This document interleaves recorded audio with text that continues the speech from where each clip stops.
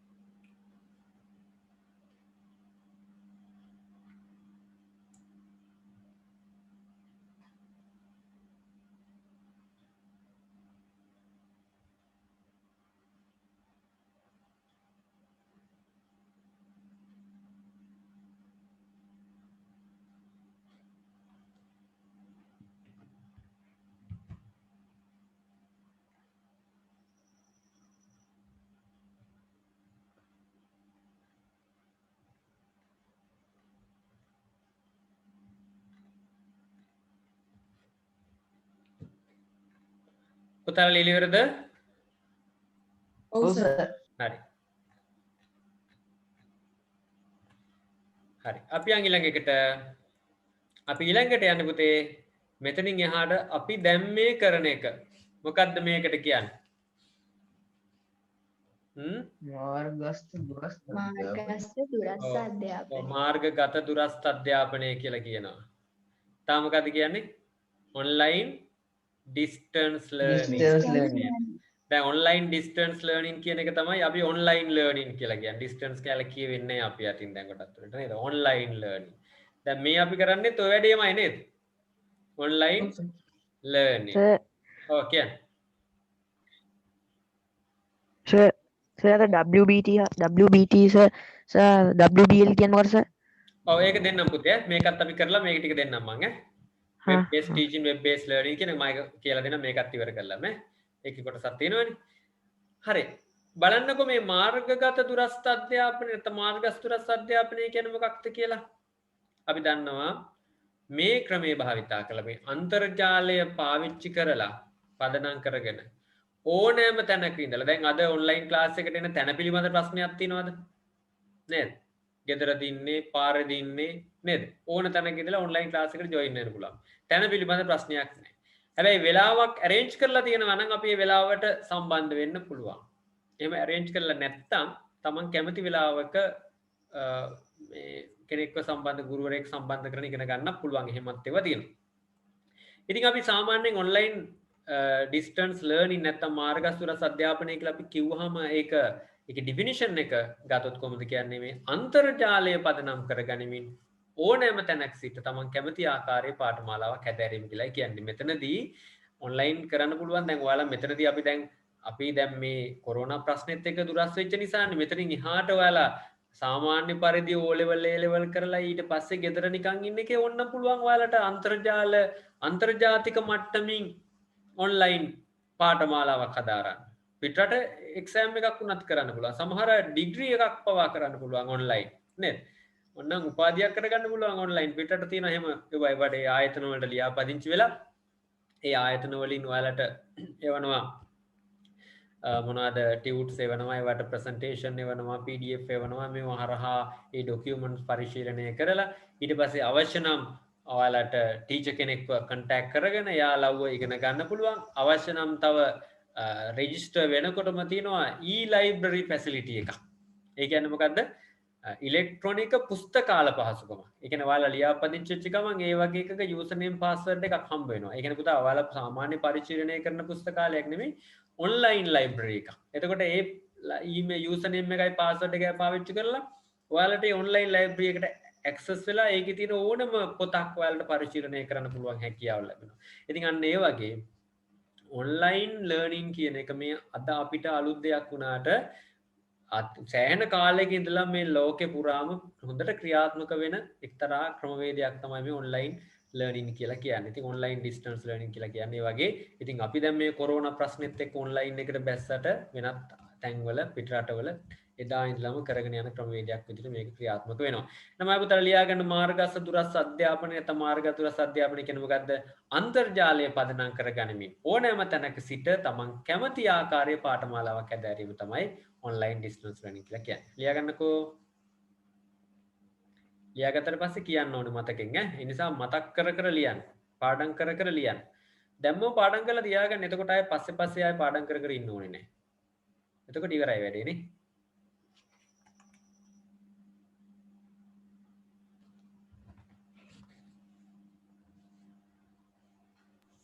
Sir tute එකේ දෙක ලියන්නේ. ඔව් ටියුට් එකේ තියෙනවනේ ඊළඟ ප්‍රශ්නේ.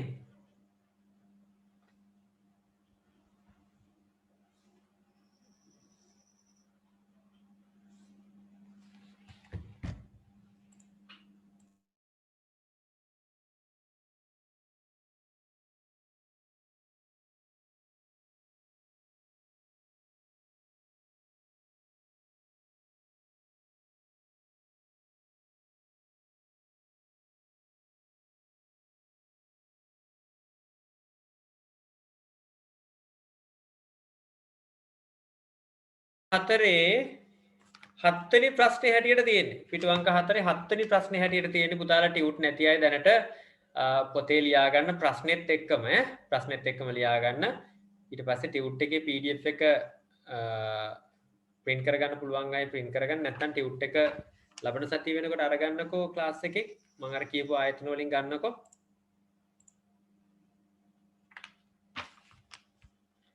නදුන් ටියුට් ගන්න නදුන්ට කොහෙද ගෙවල් තියෙන්නේ නදුන්?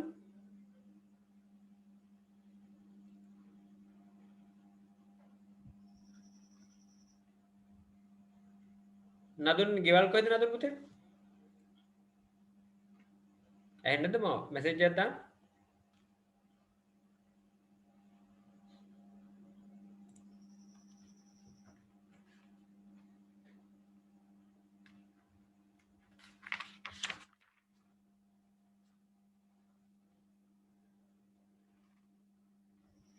ලියලා පුතාලා?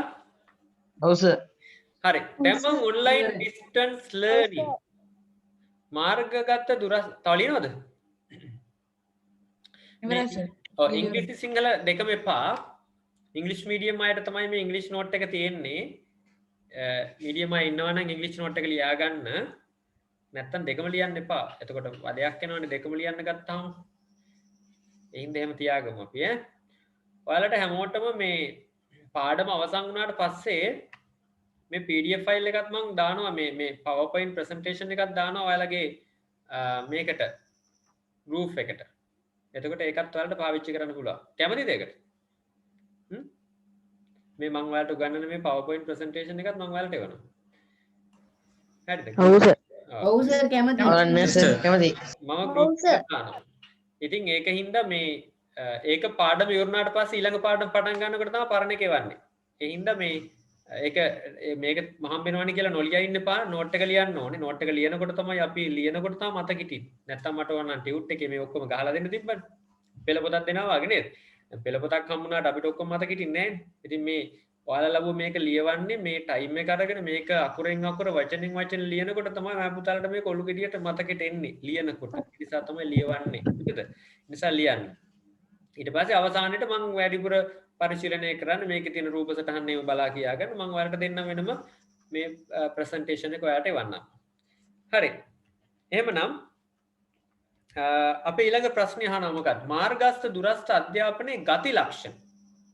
ඒ කියන්නේ ලක්ෂණ නේද? මම කීපයක් කිව්වා. මොකක්ද ඔන්ලයින් ඩිස්ටන්ස් ලර්නින් නැත්නම් දුරස්ත අධ්‍යාපනයේ තියෙන ෆීචර්ස් මොනවාද? ඔන්න එකක් තියෙනවා මොකක්ද?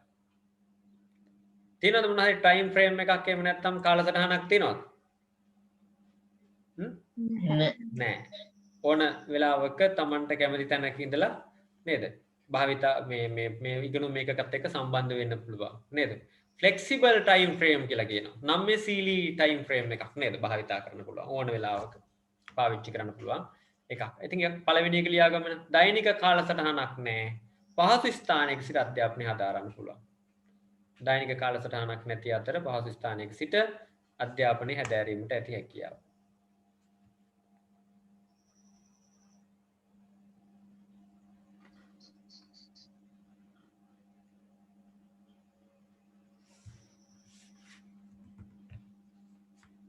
අධ්‍යාපන ශාස්ත්‍රය ගත්තහම මේ වෙනකොට තව තියෙනවා ගොඩාක්. ඉතින් අපි ඔය කීපය කතා කරන්නේ අපේ IT වලට අත්‍යවශ්‍ය ටිකක් විතරයි. නැත්තම් এডুকেෂන් ෆීල්ඩ් එකේ IT පාවිච්චි කරන තැන් ගොඩක් තියෙනවා දැනට.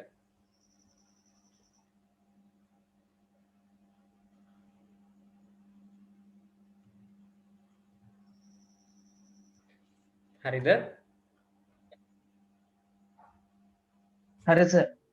හරි ඊළඟ එක තමයි අපිට පුළුවන්කම තියෙනවා පාඨමාලාවට රෙජිස්ටර් වෙච්ච ගමන් මොකද්ද මම අර කිව්ව නේද ඩිජිටල් ලයිබ්‍රරි සිස්ටම් එකක් නේද? ඩිජිටල් ලයිබ්‍රරි ෆැසිලිටි එකක් හම්බ වෙනවා කියලා. අංකිත පුස්තකාල පහසුකම ජොයින් වෙච්ච ගමන්ම හම්බ වෙනවා. ඒ කියන්නේ පුතේ අංකිත පුස්තකාල පහසුකමක් කියලා කියන්නේ ජොයින් වෙච්ච ගමන් ලයිබ්‍රරි එකක යූසර්නේම් එකයි පාස්වර්ඩ් එකයි යාලට හම්බ වෙනවා. එතකොට ඒ යූසර්නේම් එකයි පාස්වර්ඩ් එකයි භාවිතා කරලා ඔයාලට අන්තර්ජාලයේ ඔස්සේ ඒ ලයිබ්‍රරියට ඇක්සස් වෙලා සම්බන්ධ වෙලා ඒකට ජොයින් ඒකට ඇතුළු වෙලා ඒකේ තියෙන පොත්පත් පරිශීලනය කරන්න පුළුවන්. එහෙනම් සමහර අවස්ථාවල නම් Taman තෝරාගත්ත මාතෘකාවට දාලා විතරයි පොත්පත් පරිචරණය කරන්න පුළුවන්. මේ පොත්පත් කියලා කියන්නේ අපිට මේ hard copy නැත්නම් මේ දෘಢ පිටපත් විදිහට නෙමෙයි තියෙන්නේ. ඒ පොත් තියෙන්නේ e-books විදිහට. ඒවා ඩවුන්ලෝඩ් කරන්න බෑ. ඇතුළටම ගිහලා බලන්න ඕනේ. නේද? ඒවා ඔන් කරගෙන බලන්න ඕනේ ඔන්ලයින් විදිහට පොත පෙරලන්න පුළුවන් වෙන ඒවත් තියෙනවා. නිකන් PDF විදිහට පහළට ටුටර් යන ඒවත් තියෙනවා. I think එහෙම කියව ගන්න පුළුවන්. Tamanට ෆෝන් එකෙන් හරි ලැප් එකෙන් හරි ජොයින් වෙලා ඒ පොත් පරිශීලනය කරන්න පුළුවන්. ඉතින් යන්න ඕනේ නෑ. ලයිබ්‍රරියට යන්න ඕනේ කියලා එකක් නෙමෙයි.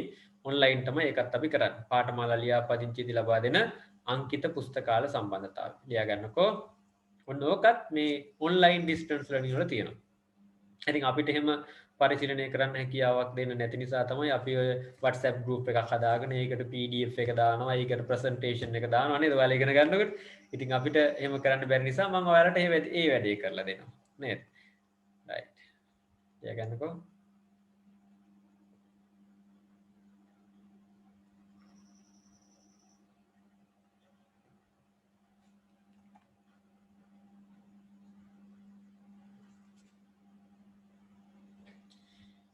හරි. දැන් ඔන්ලයින් ඩිස්ටන්ස් ලර්නින් නැත්නම් දුරස්ථ අධ්‍යාපනය නැත්නම් ඔන්ලයින් ලර්නින් කොහොමද පාවිච්චි කරන්නේ ඊළඟ එක.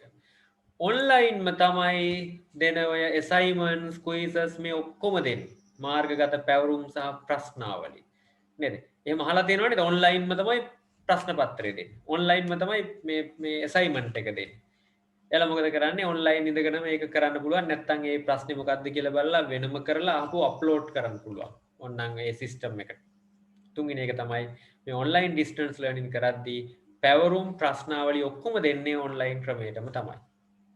මාර්ගගත පැවරුම් සහ ප්‍රශ්නාවලි. අපි කියන ඔන්ලයින් assignments and quizzes.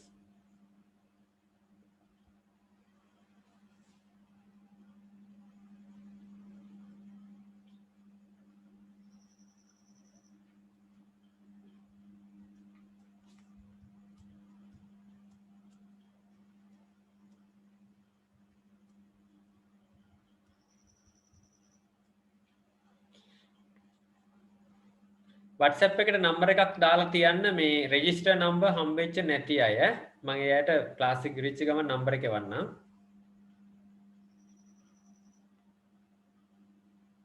ඒක දිගටම තියාගන්නේ නම්බර එක. ඔයාලා මම හඳුනගන්නේ ඒකෙන්. මොකද එකම නම් ගොඩාක් ආවා. නේද?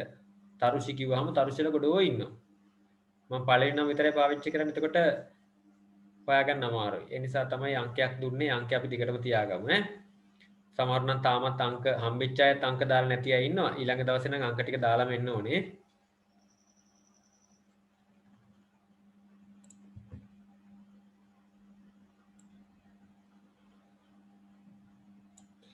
හරිද පුතාලා?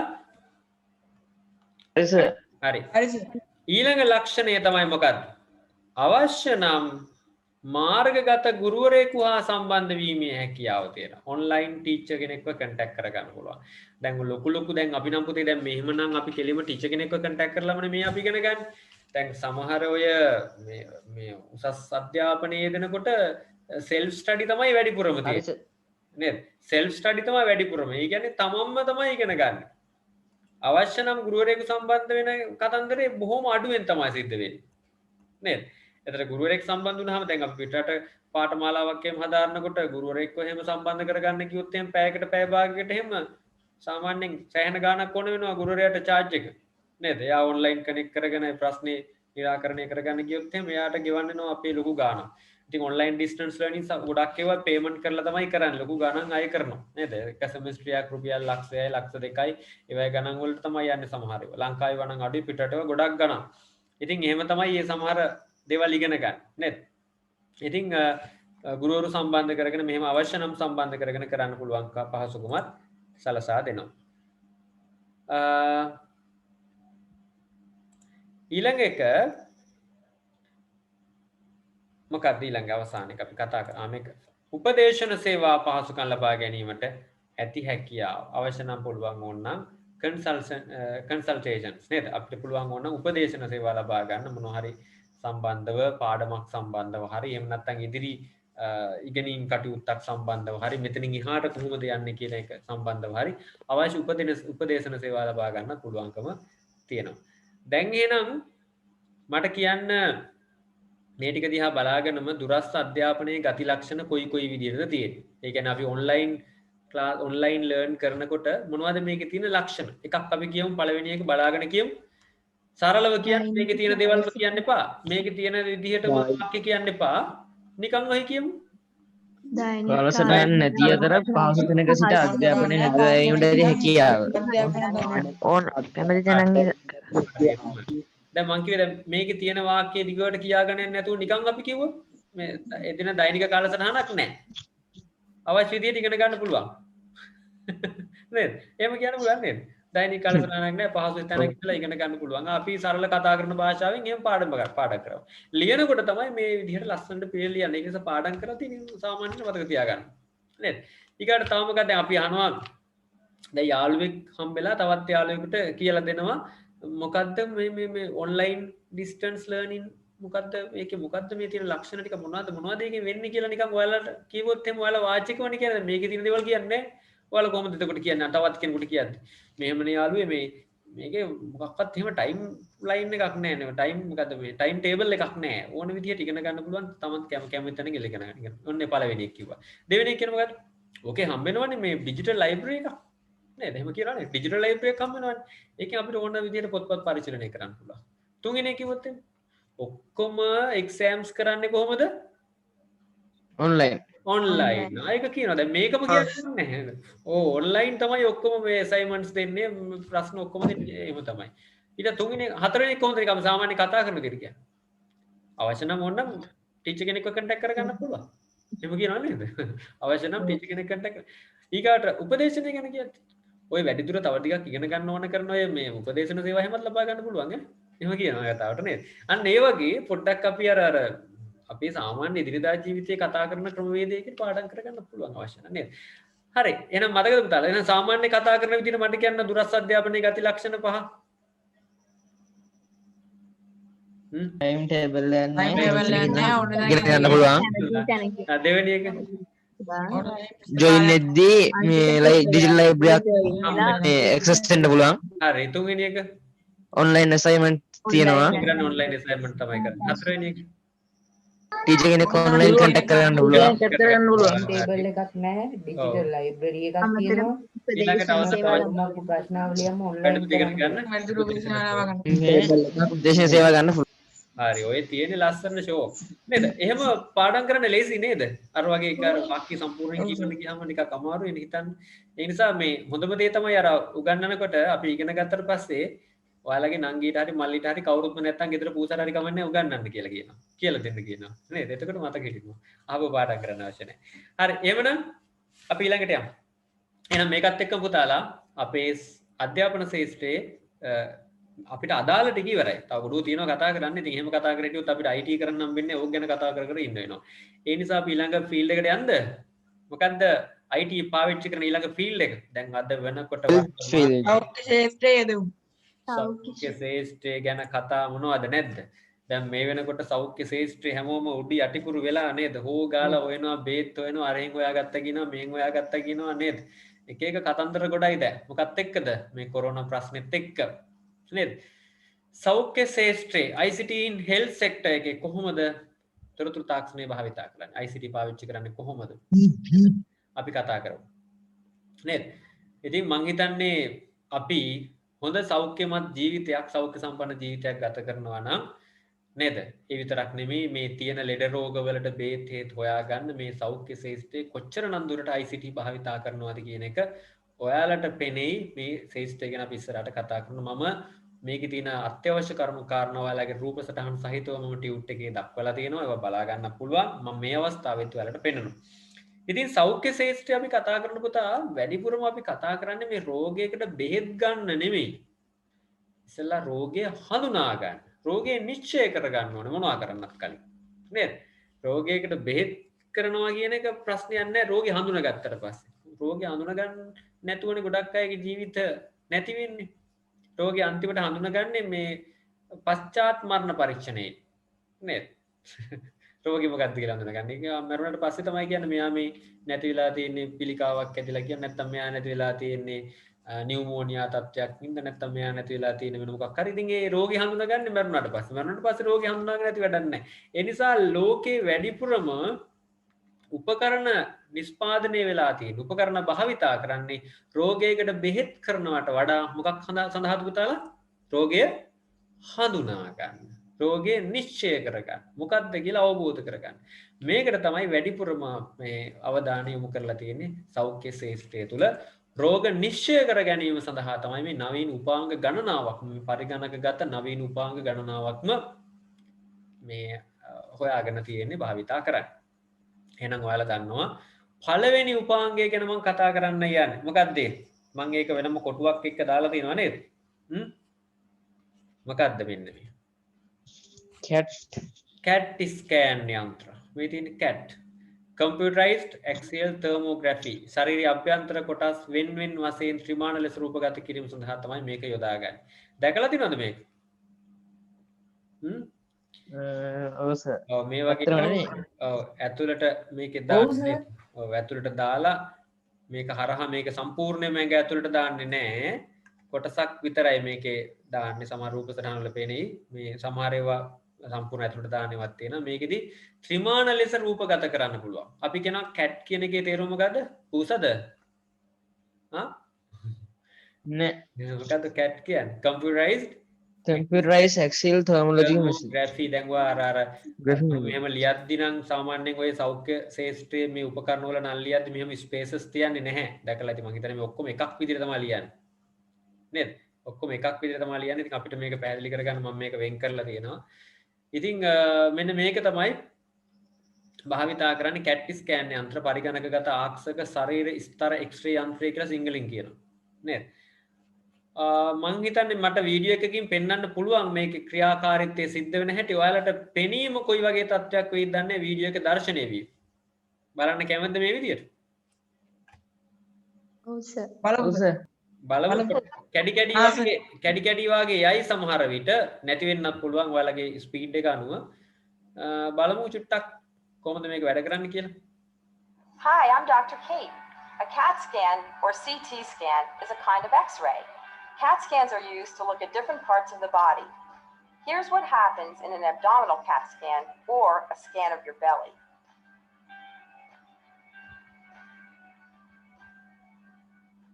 First, you put on a hospital gown and take off anything that's metal, like jewelry, watches, or glasses. Now it's time to meet the CAT scan machine. Where, you may ask, are the cats? Actually, you won't see a single kitty during a CAT scan. The CAT stands for computerized axial tomography. So I just need to take a look at your arm. Sometimes, to help make the pictures clearer, you'll take a special drink or get medicine through an IV before the test. An IV is a way to deliver medicine through a person's vein. A technician, tech for short, will help you get in the right position on the table. The scanning machine is shaped like a donut, and the table you lay on slides in and out of it. When it's over your belly area, it will begin to scan and take pictures. You'll hear some funny noises, like a whirring sound. Try to lie completely still. The test usually takes less than 10 minutes. The tech will talk to you while the pictures are being taken and can tell you how much longer the test will take. You're doing great, just another minute. Okay. You might also be asked to hold your breath at certain times. Right now, I want you to take a big deep breath and hold it in. When the scan is over, the tech will slide you out and you can get down. And that's all there is to it. Your doctor will get the results in a day or two and will share them with you and your parents.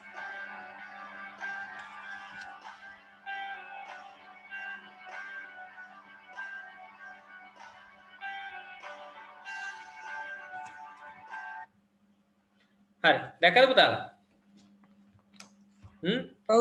සමහර අයට පොඩ්ඩක් කැඩි කැඩි ඇහෙන්න තිබ්බා මේක මේ යනකොට පොඩ්ඩක් කැඩි කැඩි වගේත් එන්න තිබ්බා සමහරට එහෙම වෙන්නේ නැති වීඩියෝස් වගේ දේවල් ප්ලේ කරනකොට ෆ්‍රේම් බයි ෆ්‍රේම් පේන්නේ අපිට ඔන්ලයින් යන හින්දා ඉතින් මේවා ඕනනම් ඔයාලට ඩවුන්ලෝඩ් කරලා net එකෙන් ඕනනම් බලන්න පුළුවන් YouTube එකේ CAT scan යන්ත්‍රයක් කොහොමද වැඩ කරන්නේ කියලා YouTube එකේ සර්ච් කරලා බලන්න පුළුවන් ඔයාලට පැහැදිලි වෙන්නේ නැති මේක තමයි දැනට තියෙන මේ ශරීරයක තියෙන අභ්‍යන්තර ඉන්ද්‍රියන්ගේ ශරීර අභ්‍යන්තර ඉන්ද්‍රියන්ගේ ත්‍රිමාණ ලෙස රූපගත කරන්න පුළුවන් උපකරණයේ හැටියට තියෙන CAT ස්කෑන් යන්ත්‍රය.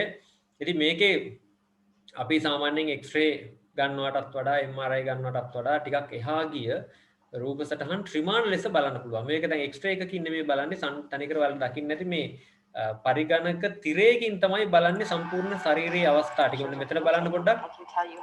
මෙන්න මේ ටික ඔයාලට පේනවද පුතාලා? මේ ටික පේනව නේද? ඔව් සර් පේනවා. මෙතන මේ දරුවා මේ මැෂින් එකේ තියෙනවා මේ ડોක්ටර් මෙතන ස්ක්‍රීන් එකෙන් බලන්නේ යාගේ හાર્ට් එක හරි මොකක් හරි පෙනහළුද මන්ද මොකක් හරි මේ ඇතුලේ තියෙන ඉන්ද්‍රියක් බලන්නේ ත්‍රිමාණ විදිහට කියලා පේනවා යට නේද? මේ ඇතුලේ 3D විදිහට බලන්නේ. එතන මේ උපකරණයෙන් අභ්‍යන්තර කොටස් ත්‍රිමාණව දර්ශනය වෙනවා. එතකොට මේකේ මොන හරි ගැටලුවක් තියෙනවා නම් අභ්‍යන්තර කොටස් වල මොන හරි පළුද්දක් මොන හරි එහෙම නැත්නම් ඩැමේජ් එකක් මොන හරි වගේ මොකක් හරි හානිකර තත්ත්වයක් තියෙනවා නම් ඒ සියල්ලම දර්ශනය වෙනවා අපිට. මෙතන. ඊට පස්සේ මේ දර්ශනය වෙන තැන් හරියාකාරව බලලා ඒ වගේ රූප සටහන් අවශ්‍ය නම් ගන්න පුළුවන්. අවශ්‍ය තැනකින් අවශ්‍ය කෝණයකින් අවශ්‍ය රූප සටහන් ලබා ගැනීමේ හැකියාව තියෙනවා මේක. ඉතින් ඒක නිසා රෝග නිශ්චය කරගන්න මේක ඉතාම හොඳ උපකරණයක් බවට මේ CAT ස්කෑන් යන්ත්‍රය භාවිතා කරනවා. දැකලා තිබුණාද කලින්? අදම දැක්කේ කට්ටිය සමහර. හොඳයි නේද?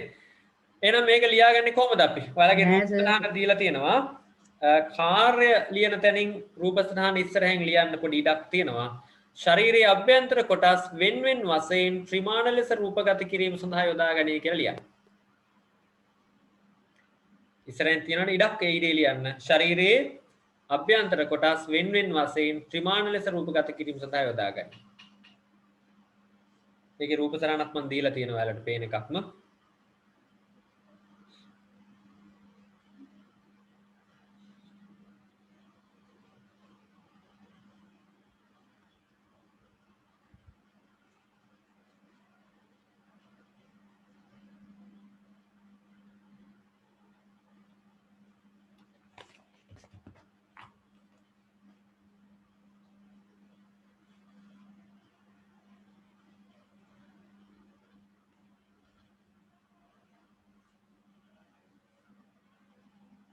හරි සර්. හරි නේද? හරි සර්. හරි. හැමෝම ලිව්වා නේද? එහෙනම් යන්න ඊළඟ මැෂින් එක බලන්න. බලමු ඊළඟ මැෂින් එක මේ සෞඛ්‍ය ශාස්ත්‍රයේදී භාවිතා කරන ඊළඟ උපකරණ. මොකද්ද පුතා මේකට කියන්නේ? මොකද්ද මේකට කියන්නේ? MRI. මේකට කියන්නේ MRI magnetic resonance imaging චුම්බක අනුනාද මූර්තන යන්ත්‍රය කියලා කියනවා. මේක CAT ස්කෑන් යන්ත්‍රයේ තරම්ම ප්‍රබල නෑ. CAT ස්කෑන් යන්ත්‍රයේ ත්‍රිමාණ රූප ලබා ගන්න පුළුවන්. මේකේ පුළුවන් ඕනම කෝණයකින් අවශ්‍ය රූප ගණනාවක් පින්තූර විශාල ප්‍රමාණයක් ලබා ගන්න. හැබැයි ත්‍රිමාණ රූප නෙමේ සාමාන්‍ය X-ray එකකට වගේ හැම තැනින්ම අවශ්‍ය ඕනම කෝණයකින් ලබා ගන්න හැකියාවක් තියෙනවා. හැබැයි ත්‍රිමාණව බලන්න පුළුවන් හැකියාවක් නැහැ. අපි ඒකේ ක්‍රියාකාරීත්වය කොහොමද කියලා බලමු වීඩියෝ එකකින්.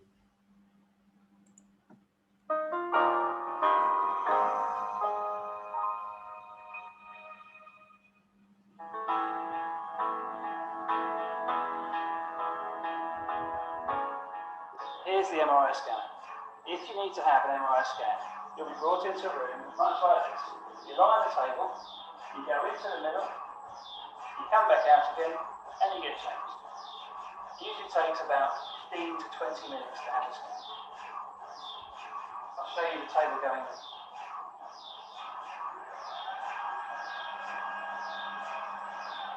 As you can see, there's plenty of room and it's well lit. Once it's finished, you bring you back out again. Obviously, you have to imagine the person. And the table comes down.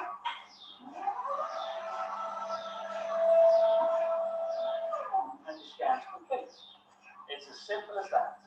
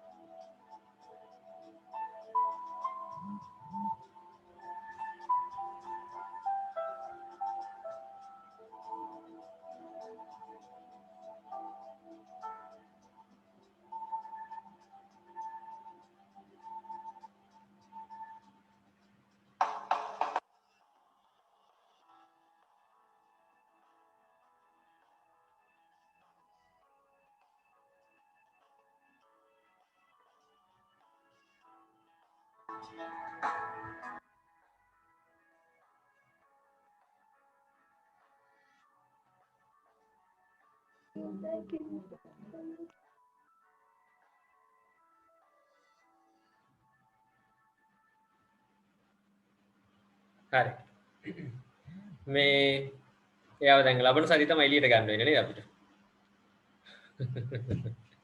හරි දැන් සමහර අය නම් මේ ඔය මේකට කැමති නෑ ගොඩක් ඔය ඇතුළට සම්පූර්ණ දානවනේ පෝර්ණුවක් වගේ ඇතුළට නේද ඉතින් මේ සමහර අයට තියෙන ලෙඩෙත් වැඩි වෙනවා ඔක ඇතුළට දාපුවම සමහර අය නේද හරි කොමාරි මේක පාවිච්චි කරනවා ශරීර අභ්‍යන්තරයේ සමහර රෝග අඳුනා ගන්න බැරි වෙනකොට මේ රූප සටහන් අරගෙන අඳුනා ගන්න අපතල මේක ලියා ගන්න රේඩියෝ තරංග සහ ප්‍රබල චුම්බක කරුණාද මගින් ශරීරයේ අභ්‍යන්තර කොටස් වල සවිස්තරාත්මක රූප සටහන් ලබා ගන්න. මේක මතක තියාගන්න අර කලින් එකේ CAT ස්කෑන් යන්ත්‍රයේ ත්‍රිමාන රූප ලබා ගන්න පුළුවන් වෙනකොට මේක භාවිතා කරන්නේ ශරීරයේ අභ්‍යන්තර කොටස් වල සවිස්තරාත්මක රූප සටහන් ලබා ගැනීම සඳහා. අන්න ඒ චුට්ට මතක තියාගත්තා නම් හරි CAT එක ඕනේ භාවිතා කරන්නේ ත්‍රිමාන රූප ලබා ගන්න 3D MRI එක පාවිච්චි කරන්නේ කොහොමද පුතා?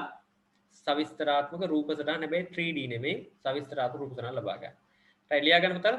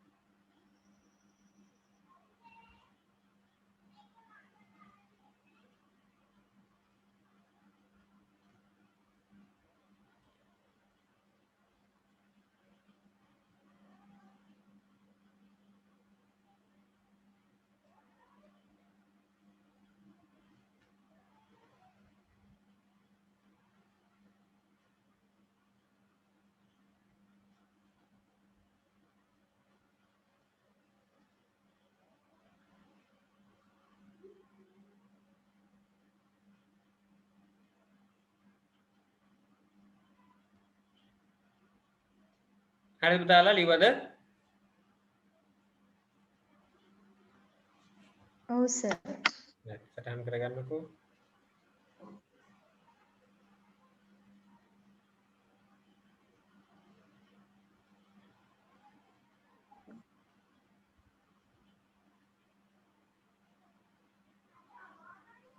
හරි සර්. හරි. දැන් ওই දෙකේ වෙනස හරි සර්. නේද? පාඩම් කරන්න එපා. පාඩම් කරන්න ඕනේ මේ වෙලාවේ මතක තියාගන්න. නේද? පාඩම් කරන්න ඕනේ මේ වෙලාවේ මතක තියාගත්තාම පාඩම් කරන්න අවශ්‍ය වෙන්නේ නැහැ. දැන් මතකයි අපි CAT එකක් කතා කරා. CAT එකේ කොහොමද පුතා මේ මොකක්ද ඒක සිද්ධ වෙන්නේ? ශරීර අභ්‍යන්තරේ ත්‍රිමාන කොටස්. ත්‍රිමාන රූප. ත්‍රිමාන ලෙස ලබා ගන්න. විමාන රූප ඒතර MRI එකේ වෙනස මොකක්ද? MRI එකේ සවිස්තරාත්මක රූප ත්‍රිමාන නෙමෙයි නේද? සවිස්තරාත්මක රූප තරම් ලබා ගන්න පුළුවන්. රයිට්. ඔය වගේ චුට්ටක් මතක තියාගන්න. පොඩි කොටසක් මතක තියාගත්තාම පස්සේ ඒක ඔයාලට තා චුට්ටක් බලනකොට මේක විස්තරාත්මකව ලියන්න පුළුවන්කම තියෙනවා. රයිට්. අපි ළඟට යනවා. නේද? මේ මොකක්ද? ECG. දැන් නම් ගොඩාක් තැන් වල තියෙනවා නේද? ECG ඉලෙක්ට්‍රෝකාඩියෝග්‍රෑම් කියලා කියනවා. ඉලෙක්ට්‍රෝකාඩියෝග්‍රෑම්. දැන් මේකෙදි මොකද්ද බලන්න. අපි දන්නවා ගොඩාක් මේ වෙනකොට මොනවද තියෙන්නේ? ගොඩාක් අයට ලංකාවේ නෙමෙයි ලෝකෙ heart attack තියෙනවා නේද? හිටපු ගමන් නේද? මේ සෙත පෝච්චි වෙනවා දන්නේම නැහැ නේද? හිටපු ගමන් මේ අද හිටියා හිට නැහැ. ඉතින් ඒ වගේ අය එහෙම ඇති වෙන්න පුළුවන් ඒ තමන්ගේ ශරීර සෞඛ්‍ය ගැන හිතන්නේ නැතුව සමහර අය ආහාර ගන්නවා සමහර අය තමන්ගේ වෙනත් වැරදි සෞඛ්‍ය පුරුදු මෙන්න මේ වගේ හේතු නිසා තමයි අපි අසනීප වෙන්නේ අපි ලෙඩ වෙන්නේ. ඉතින් ඒ නිසා තමයි ගොඩක් අයගේ තමන්ගේ ජීවිතය තමන් දන්නේම නැති මොහොතකත් අහිමි වෙන්නේ. ඉතින් ඒක නිසා ඉතින් මේ වගේ අවස්ථාවක මේ ශරීරයේ හදවතේ හෘද ස්පන්දනය කොයි ආකාරයටද කියලා පරීක්ෂා කරගෙන. නැත්නම් හෘද ස්පන්දනය අපි දන්නවා heart එකේ මොකද පුතා සිද්ධ වෙන කාර්යභාරය දන්නවද heart එකේ මොකද වෙන්නේ කියලා ශරීරේ? ලේ පොම්ප කරනවා ලේ මොනවද කරන්නේ? පොම්ප කරනවා පොම්ප් කරනවා කොහාටද? මේ ශරීරයට ශරීරයේ සම්පූර්ණ අභ්‍යන්තර කොටස. විවිධ අවයවවල පිරිසුදුලේ පිරිසුදු කරලා නේද ලෝක මේ අපේ ශරීරය හැමතැනටම පම්ප් කරනවා. ඒක තමයි කරන්නේ. එතකොට මේ ඒකේ ඒ පම්ප් වෙන බීට් එකදී අපි අර කර්ණිකා තියෙනවා මේ හાર્ට් එකේ දකුණු කර්ණිකාව දකුණු කෝෂිකාව වම් කර්ණිකාව වම් කෝෂිකාව මේවා අතර තියෙනවා කපාට ද්විතුණ්ඩ කපාට ත්‍රිතුණ්ඩ කපාට කියලා ත්‍රිතුණ්ඩ කපාට අඩසැල කපාට ඒවා ඇරෙන වැහෙන සද්දේ තමයි අපිට ඇහෙන්නේ අපේ හાર્ට් බීට් එක හැටියට. දැන් ඉදිරියේ පොම්ප කිරීම. ආන්න. එතන හાર્ට් බීට් එක හැටියට අපි කියනවා මොකද ලබ්ඩප් සද්ද නේද? ලබ්ඩප් දාන සද්ද නේද? ඔය සද්ද දාන ශරීරයේ සියලුම කොටස් වලට. ආන්න. ඔය සද්ද දානවා හිටපු ගමන් ඔය රියැලිටි වැඩසටහන් වලත් දානවා හිටපු ගමන් නේද? දැකලා තියෙනවද? ඊළඟට සුපර්ස්ටාර් ජයග්‍රහණය කරන්නේ කවුද? අමල්ද කමල්ද ලබ්ඩප් ලබ්ඩප් ලබ්ඩප් ගන්න නේද? නේද? ඒවත් තියෙනවානේ. ඉතින් මේ එහෙම එක නෙමෙයි ඒක ඉතින් ඒ රියැලිටි වැඩසටහන් වල ලස්සනට දාපුවානේ මේ ඉතින් ඒ විදිහට ඔව් සර්. ශරීරයේ මේ ශබ්දය හරියාකාරව අපිට බෑනේ දැන් ડોක්ටර්ට පුළුවන් ද පපුවට කන්න දීලා ආගේ සද්දේ කොයි වගේද දන්නේ නැහැ කියලා පොඩ්ඩක් අහන්න බෑ නේද හાર્ට් එකේ බීට් එක කොහොමද කියලා අහන්න ඉතින් එහෙම අහන්න කිව්වොත් ගුටිත් කන්න වෙනවා ඉතින් එහෙම අහන්න බෑනේ ඒක නිසා හොඳම දේ මොකද්ද ඒ ශබ්දය ඒ ධ්වනි තරංග මොකක්ද ගන්න කඩදාසියකට ගන්නවා නේද ඒ ශබ්දේ වෙන හැටි නේද කඩදාසියකට ගන්නවා ඒ කඩදාසියේ දිහා බලලා ඒ ශබ්දේ එන විදිහ දිහා අපි දැකලා තියෙනවනේ ධ්වනි තරංග ගන්න ක්‍රිකට් මැච් එකක බැට් එකේ වැදුනද නැද්ද කියලා බලන්න නේ අර මයික් එකෙන් ආපු ධ්වනි තරංග කොහොම වෙලා තියෙනවනම් බැට් එකේ වැදිලා කෙලින්ම ලයින් එක කොහොම යනවනම් බැට් එකේ වැදිලා නැහැ ධ්වනි තරංග දැකලා තියෙනවනේ දෙන හැටි කොහොම තියෙන්නේ එතකොට මේ ඒ වගේ වටත් ගන්නවානේ ඉතින් ડોක්ටර් ඒ වෛද්‍යවරයා දන්නවා මේ ඔක දිහා බලනකොට මේ බීට් එක කොහොමද තියෙන්න ඕනේ එතකොට වැරදි සහගත බීට් එක. අපි මොකක් හරි මේ නාලයකින් හරියාකාරව රුධිරය ගමන් කරන්නේ නැති වුනහම අර ශබ්දේ අඩු වැඩි වීමක් වෙන්න පුළුවන්. අඩු වීමක් හරි වැඩි වීමක් හරි වෙන්න පුළුවන්. වැඩියෙන් આવොත් වැඩි වීමක් අඩුවෙන් આવොත් අඩු වීමක්. එතකොට මේ ශබ්දේ ස්වභාවය අනුව තීරණය කරනවා මෙයාගේ වෙනසක් තියෙනවා. ECG එකේ නැත්නම් මේ හෘද ස්පන්දනයේ වෙනසක් තියෙනවා නේද? අගින ලබ් ඩබ් ගාලා ඔහම යනවා ලබ් ඩබ් ඉතින් මොකක් හරි තැනක ලබ් ඩබ් බබ් ගාලා තිබ්බොත් ඔන්න දන්නවා දැන් අවුලක් වෙලා තියෙන්නේ කියලා. නේද? ඒ වගේ දෙයක් වෙන්න පුළුවන්. ඉතින් ඒක ECG එක දිහා බලලා තීරණය කරන්න පුළුවන් කොහොමද එයාට මොකක් හරි දෝෂයක් තියෙනවද කියලා. ඉතින් ඒක නිසා පුතා මේ ඒව බලන පරීක්ෂා කරන යන්ත්‍රය තමයි අපි කියන්නේ මේ ECG නැත්නම් ඉලෙක්ට්‍රෝකාඩියෝග්‍රෑම් නැත්නම් හෘද ස්පන්දනය පරීක්ෂා කරන යන්ත්‍රය. ඉතින් මේක බලනකොටත් මේ අපේ ශරීරයේ විවිධ ස්ථානවලට මේ වගේ රූප සරණ පේනවා ඇති. මේ වගේ උපකරණ සවි කරලා තමයි වැඩේ කරන්නේ. මේකේ මම වීඩියෝ එක පොඩ්ඩක් ඇර පෙන්නන්නම්. චුට්ටක් බලන්න ඒකේ අවස්ථා කීපයක්.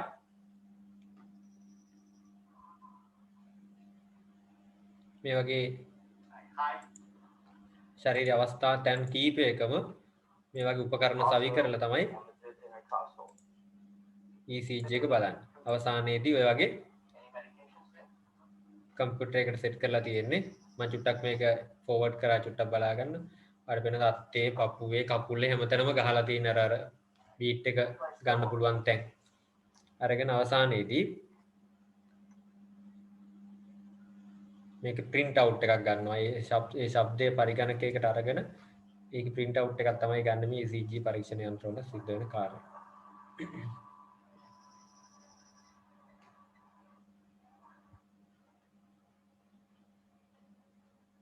සමහර පටියක් විදිහට ගන්නවා. දැන් මේක නම් තනිකර A4 sheet එකක පටි කීපයක් එකට තමයි දක්වලා දාලා තියෙන්නේ. මේක තමයි ECG කියලා කියන්නේ. ඉතින් ඒ වගේ ඒවා දැනගන්න ඕනේ අපි නේද? අපි IT කරනකොට මේ තාක්ෂණයත් මම භාවිතා කරනවා කියලා. එහෙනම් අපි ඒකත් ලියාගමු ECG ගැන. හෘද ස්පන්දන නිරීක්ෂණය කිරීම සඳහා මෙම යන්ත්‍ර භාවිතා කරනවා ECG පරීක්ෂණ යන්ත්‍ර. ලියාගන්නකෝ. හෘද ස්පන්දන නිරීක්ෂණය කිරීමට. හෘද ස්පන්දන නිරීක්ෂණය කිරීමට අහන්නේ නිරීක්ෂණය බලන්න.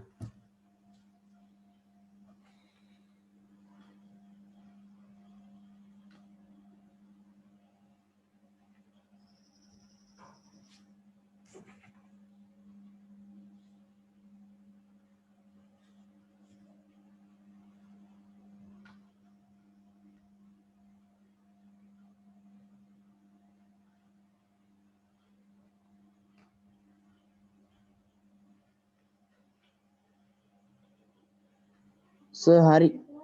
හරිනේ. හරි සර්.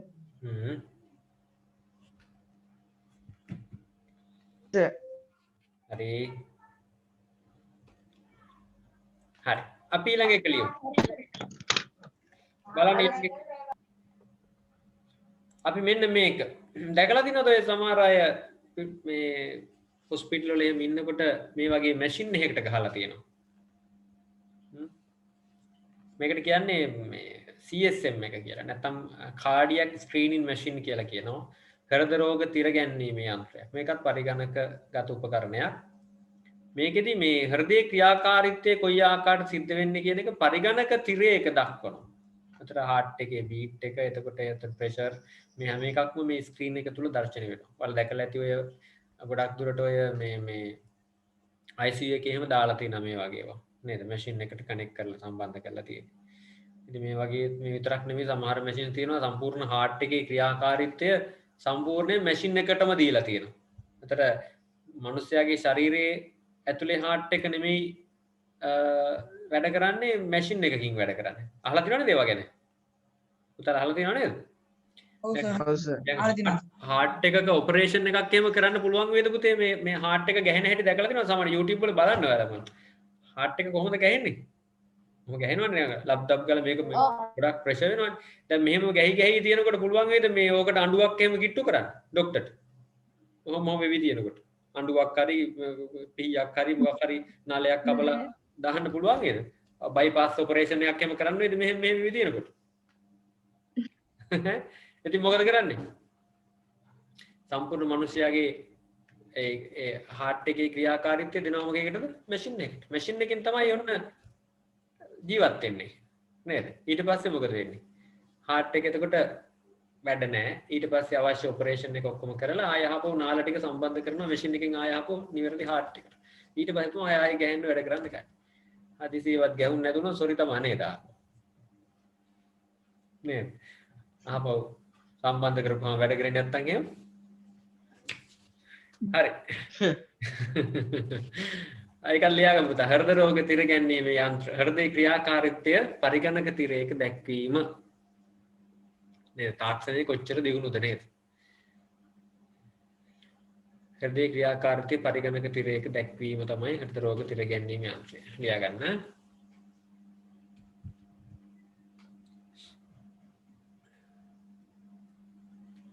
මොකද ඊළඟ එක අපි කතා කරන්නේ?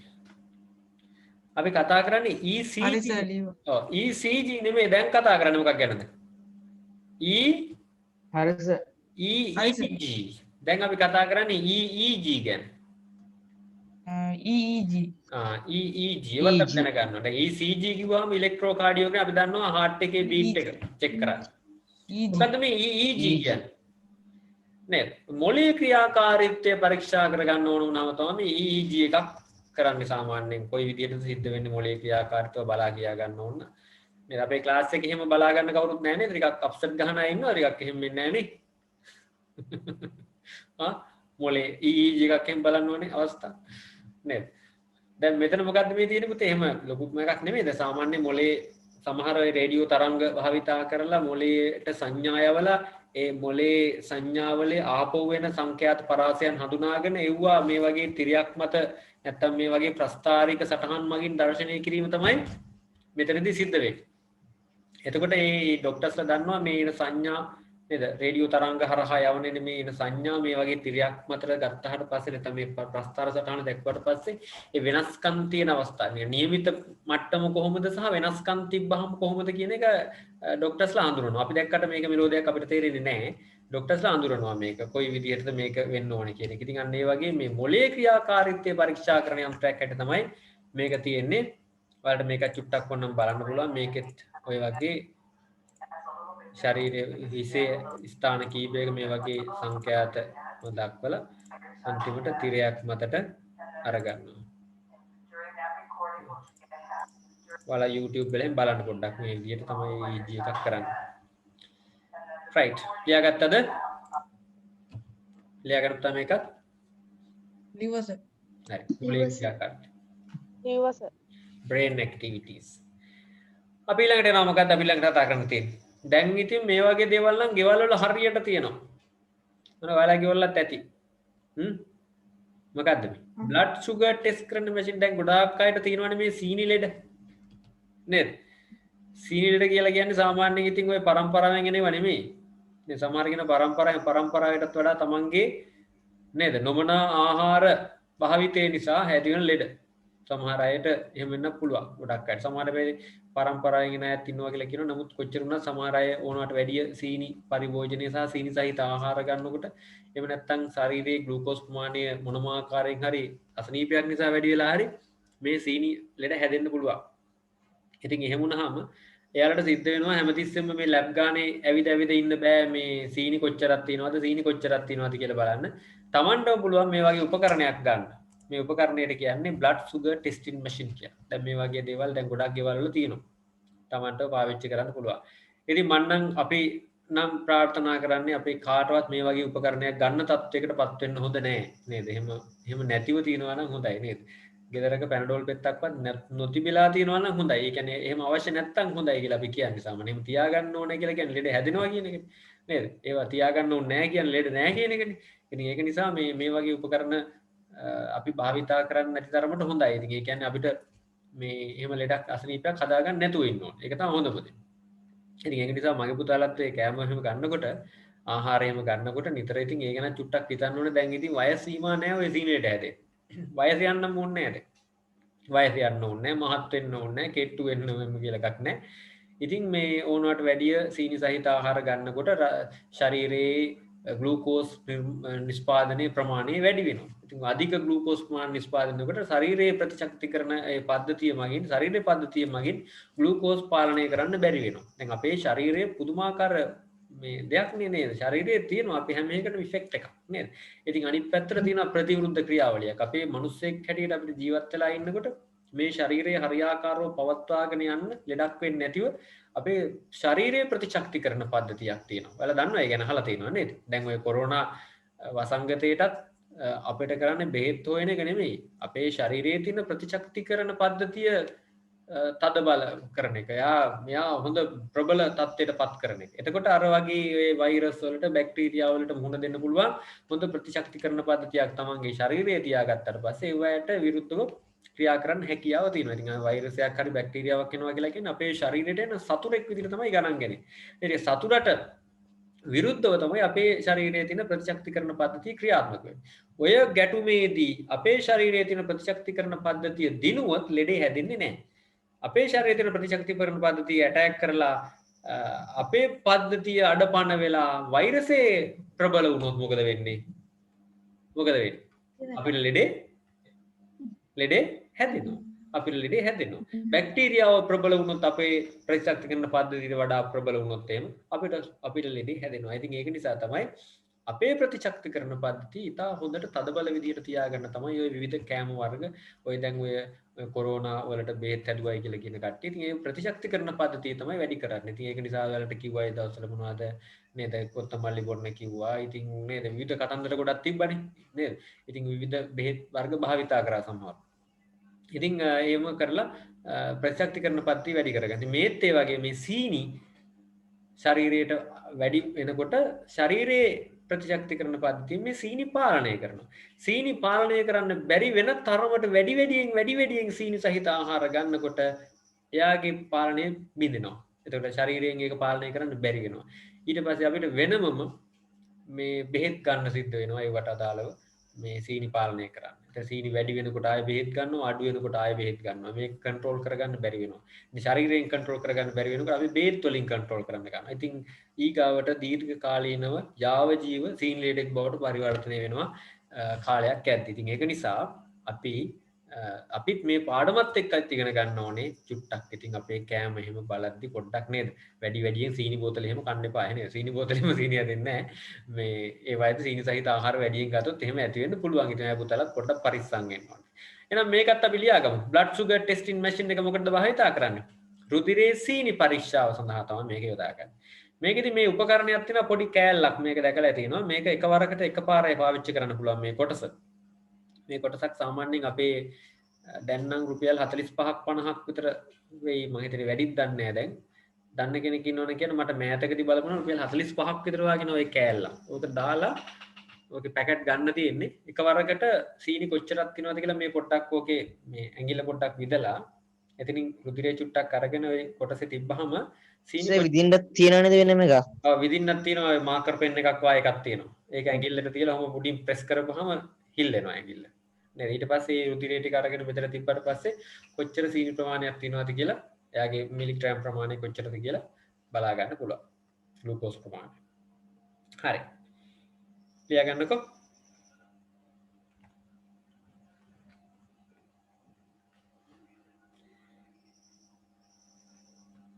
දිවස right. මොකක්ද ඊළඟ තියෙන උපකරණය? මොකක්ද ඊළඟට තියෙන එක? blood pressure testing machine. blood pressure testing machine. දැන් ගොඩක් අයට මේ pressure එකක් තියෙනවනේ. නේද? pressure අඩු වෙන්නත් එකක් ලෙඩක්, වැඩි වෙන එකක් ලෙඩක්. ඉතින් සාමාන්‍ය රේට් එකේ පවත්වාගෙන යන එක තමයි තියෙන්න ඕනේ. ඉතින් මේ වගේ එකක් සමහර ගෙවල් වලත් පාවිච්චි කරනවා. දැන් නම් ડોක්ටර්ස්ලාත් භාවිතා කරනවා. يعني හොස්පිටල් වල වැඩි වැඩියෙන් තියෙනවා. අර ඉස්සර නම් අර හුලං ගහලා ඊට පස්සේ අරක නේද? හුලං අරින එකක් තියෙනවා දැකලා තියෙනව නේද? දැන් ඒ වෙනුවට මේ ඩිජිටල් එක තමයි පාවිච්චි කරන්නේ. නේද? ප්‍රෙෂර් එක කොච්චරද, හයි එක කොච්චරද, ලෝ එක කොච්චරද කියලා වෙනම බලා ගන්න පුළුවන්. රුධිරයේ පීඩනය. මොකක්ද ලියා ගන්න උතාලා? මෙච්චර ලියන්න එපා. රුධිර පීඩනය පරීක්ෂා කිරීම සඳහා භාවිතා කරයි කියලා ලියන්න. රුධිර පීඩනය පරීක්ෂා කිරීම සඳහා භාවිතා කරයි.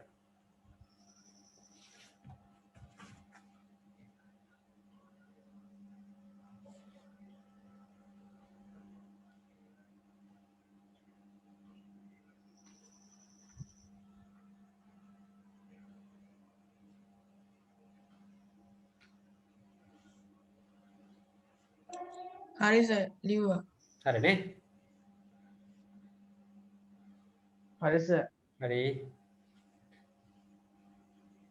නෑ සර්. ලියන්නකො පුතාලා. හරි සර්.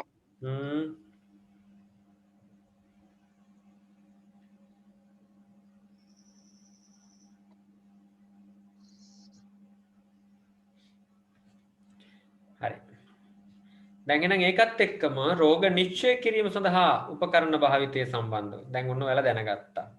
කොයි උපකරණ තව තියෙනවා පුතාලා මේක කියලා ඉවර කරන්න බැරි තරම් උපකරණ ප්‍රමාණයක් තියෙනවා. ඉතින් අපි අත්‍යවශ්‍ය කොටස් ටික විතරයි අත්‍යවශ්‍ය උපකරණ කීපයක් විතරයි අපි කතා කරේ. විභාගයට ඇහුවොත් හරි ඔයාලගෙන් මේ රෝග නිශ්චය කිරීම සඳහා සෞඛ්‍ය ශාස්ත්‍රයේ භාවිතා කරන උපකරණ 3ක් ලියන්න කිව්වොත් දැන් ලියා ගන්න පුළුවන් නේද? වෙනද? ඔව් සර් පුළුවන්. CAT scan යන්ත්‍ර MRI ECG EEG නේද? ඔය ලියන්න පුළුවන් දැන් එන. ඊළඟට අපි කතා කරනවා තවත් මේ සෞඛ්‍ය ශාස්ත්‍රයේ භාවිතා කරන concept එකක් ගැන. දැන් අපි සාමාන්‍යයෙන් අසනීපයක් හැදුනහම එක්ක අපි ડોක්ටර් ගාවට යනවා. අනිත් පැත්ත මොකක්ද? එක්ක ડોක්ටර් අපි ගාවට එනවා. ડોක්ටර් අපි ගාවට එනවා. සාමාන්‍යයෙන් ડોක්ටර් අපි ගාවට එන අවස්ථා නම් දැන් අඩුයි. අර ඉස්සර පරණ චිත්‍රපටි වල නම් බ්‍රීෆ් කේස් එකක් අරන් එනවා නේද ගෙදරටම. නේද? නේද? දැන් නම් එහෙම නැහැ. අපි කතා කරොත් එහෙම ડોක්ටර්ස්ලා ඉද අපේ ගෙදරට අනේ මේ අසනීපයි එන්නේ කියලා. එහෙනම් ඉතින් හොඳ ගාණක් දෙන්න බලාගෙන තමයි කතා කරන්න ඕනේ. නේද? තියනවා නම් ඔය පර්චේස් කීපයක් හරි උගස් තියලා ගාණ තියාගෙන ඉන්න ඕනේ ડોක්ටර්ට ගාණ දෙන්න. එනකොට කරන් එනකොට දීලා තියා. ඉතින් ඒ කාලේ වගේ නෙමෙයි දැන් ඉතින් දැන් අපි යන්න ඕනේ. channel center තියෙන ඒවට යන්න පුළුවන්. ඒවට ගිහිල්ලා අපිට ආදාළ බෙහෙත් දැන් ගන්න ඕනේ. ඉතින් එහෙම නැතිව අපි හිතමු මෙහෙම. අපිට ડોක්ටර් ගාවට යන්නත් බෑ. වෛද්‍යවරයා ගාවට අපිට යන්නත් බෑ. වෛද්‍යවරයාට අපි ගාවට එන්නත් බෑ. දැන් මේ වගේ තත්ත්වයක් ඇති වුණොත් දැන් අපි හිතමු මේ ප්ලේන් ෆ්ලයිට් එකේ යනකොට අසනීප වෙනවා රෝගියෙක්. නැත්තම් ඔය මුහුදේ මැද නැවේ යනකොට අසනීප වෙනවා. දැන් ඒ වෙලාවට වෛද්‍ය උපදෙස් ඕන වෙනවා.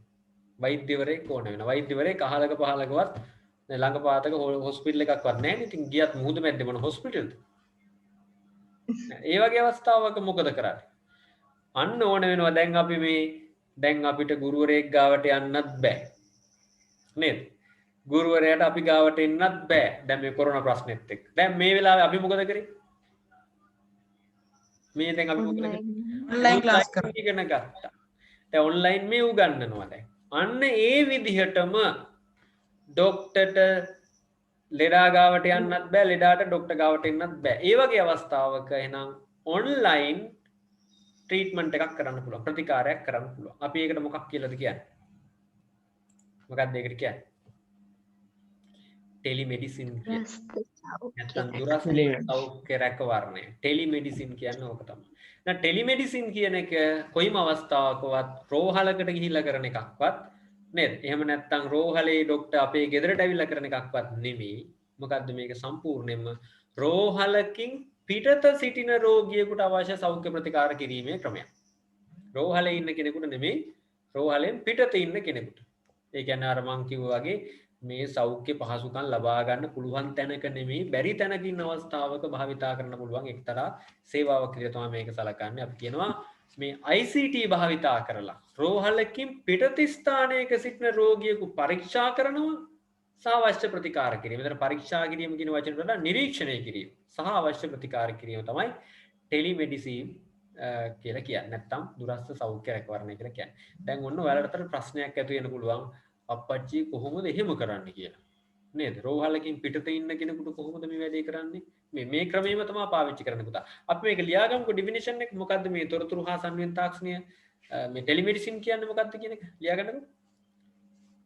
තොරතුරු හා සංවේද තාක්ෂණ දාගන්න මේ රෝහලකින් පිටත ස්ථානයක සිට රෝගියෙකු පරීක්ෂා කිරීම හා අවශ්‍ය ප්‍රතිකාර කිරීම.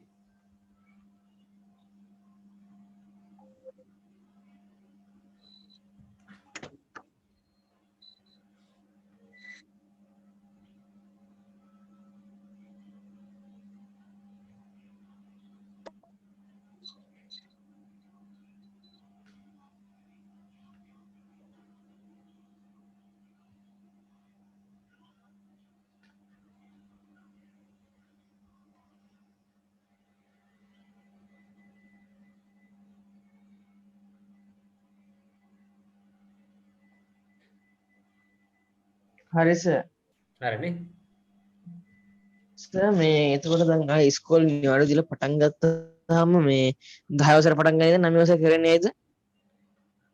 කියන්න පුතේ? මේ ආයෙ දැන් ඉස්කෝලේ නිවාඩු දීලා පටන් ගත්තාම ඔව් මේ 10 වසර පටන් ගන්නද නැත්නම් 9 වසර දිගටම කරන්නේ නේද මාර්තු වෙනකම්?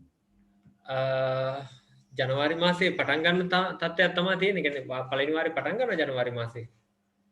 10 වසර? ඔව් 9 වසර කරන්නේ ආයේ. 10 වසර පාඩම් මාසේ. ඔව් ඔව්. ඔයාලටත් එහෙම තමයි. ඉතින් ඒක කව කරගන්න හැදුවේ ඒක තමයි මේ 9 වසරේ පාඩම් ටික. දැන් කොහොමද ජනවාරි මාසේ මුල පටන් ගන්න ඔයාලගේ 10 පාඩම් ටික. හා සර්. මේ එහෙම තමයි යන්නේ. ක්ලාස් ස්කූල් වලත් එහෙම තමයි කරන්න ඕනේ. කරන්නෙත් එහෙම තමයි. මොකද නැත්තම් තව පස්සට යනවනේ. ඔව් සර්. සමහරලාට ගුරුවරු සම්බන්ධ වෙලා හවස පන්ති දාලා හරි ආවරණය කරයි. සමහරලාට මොන හරි ක්‍රමවේදයක් පාවිච්චි කරයි ඉස්කෝලේ මට්ටමින්. හරි සර්. thank you sir. හරි. හරිද පුතාලා ලියලා ඉවරද? ඔව් සර් ලියලා ඉවරයි. හරි. අපි ඊළඟ එකට යනවා. දැන් මේ දුරස්ත සෞඛ්‍ය රැකවරණය යටතේ කොහොමද ප්‍රතිකාර කරන්නේ? බලන්නකො චුට්ටක්. මේකේ තියෙනවා සේවාවන් 5ක්. නේද? ටෙලිමෙඩිසින් යටතේ තියෙනවා සේවාවන් 5ක්. පළවෙනි එක තමයි මෙන්න මේක. දුරස්ත සෞඛ්‍ය උවටැන් කියලා එකක්. මොකද්ද මේකට කියන්නේ? දුරස්ත සෞඛ්‍ය උවටැන්. බලන්න මේක දිහා හොඳට චුට්ටක් බලන්න කොහොමද මේ වෙන්නේ කියලා.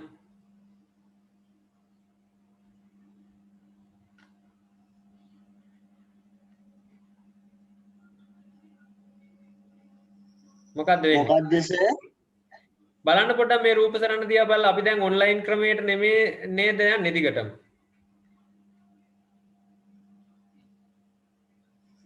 නේද? මේ බලන්න ડોක්ටර් ඉන්නේ කොහෙද? දොස්තර මහත්තයා ඉන්නේ කොහෙද? ස්ක්‍රීන් එකේ. දුරස්ත සෞඛ්‍ය උවටෙන්. දුරස්ත සෞඛ්‍ය උවටෙන් නැති මොකද්ද සිද්ධ වෙන්නේ බලන්න. ලෙඩා මෙතන ඉන්නවා. ඊට පස්සේ දොස්තර මහත්තයා කොහෙද ඉන්නේ? මෙතනද?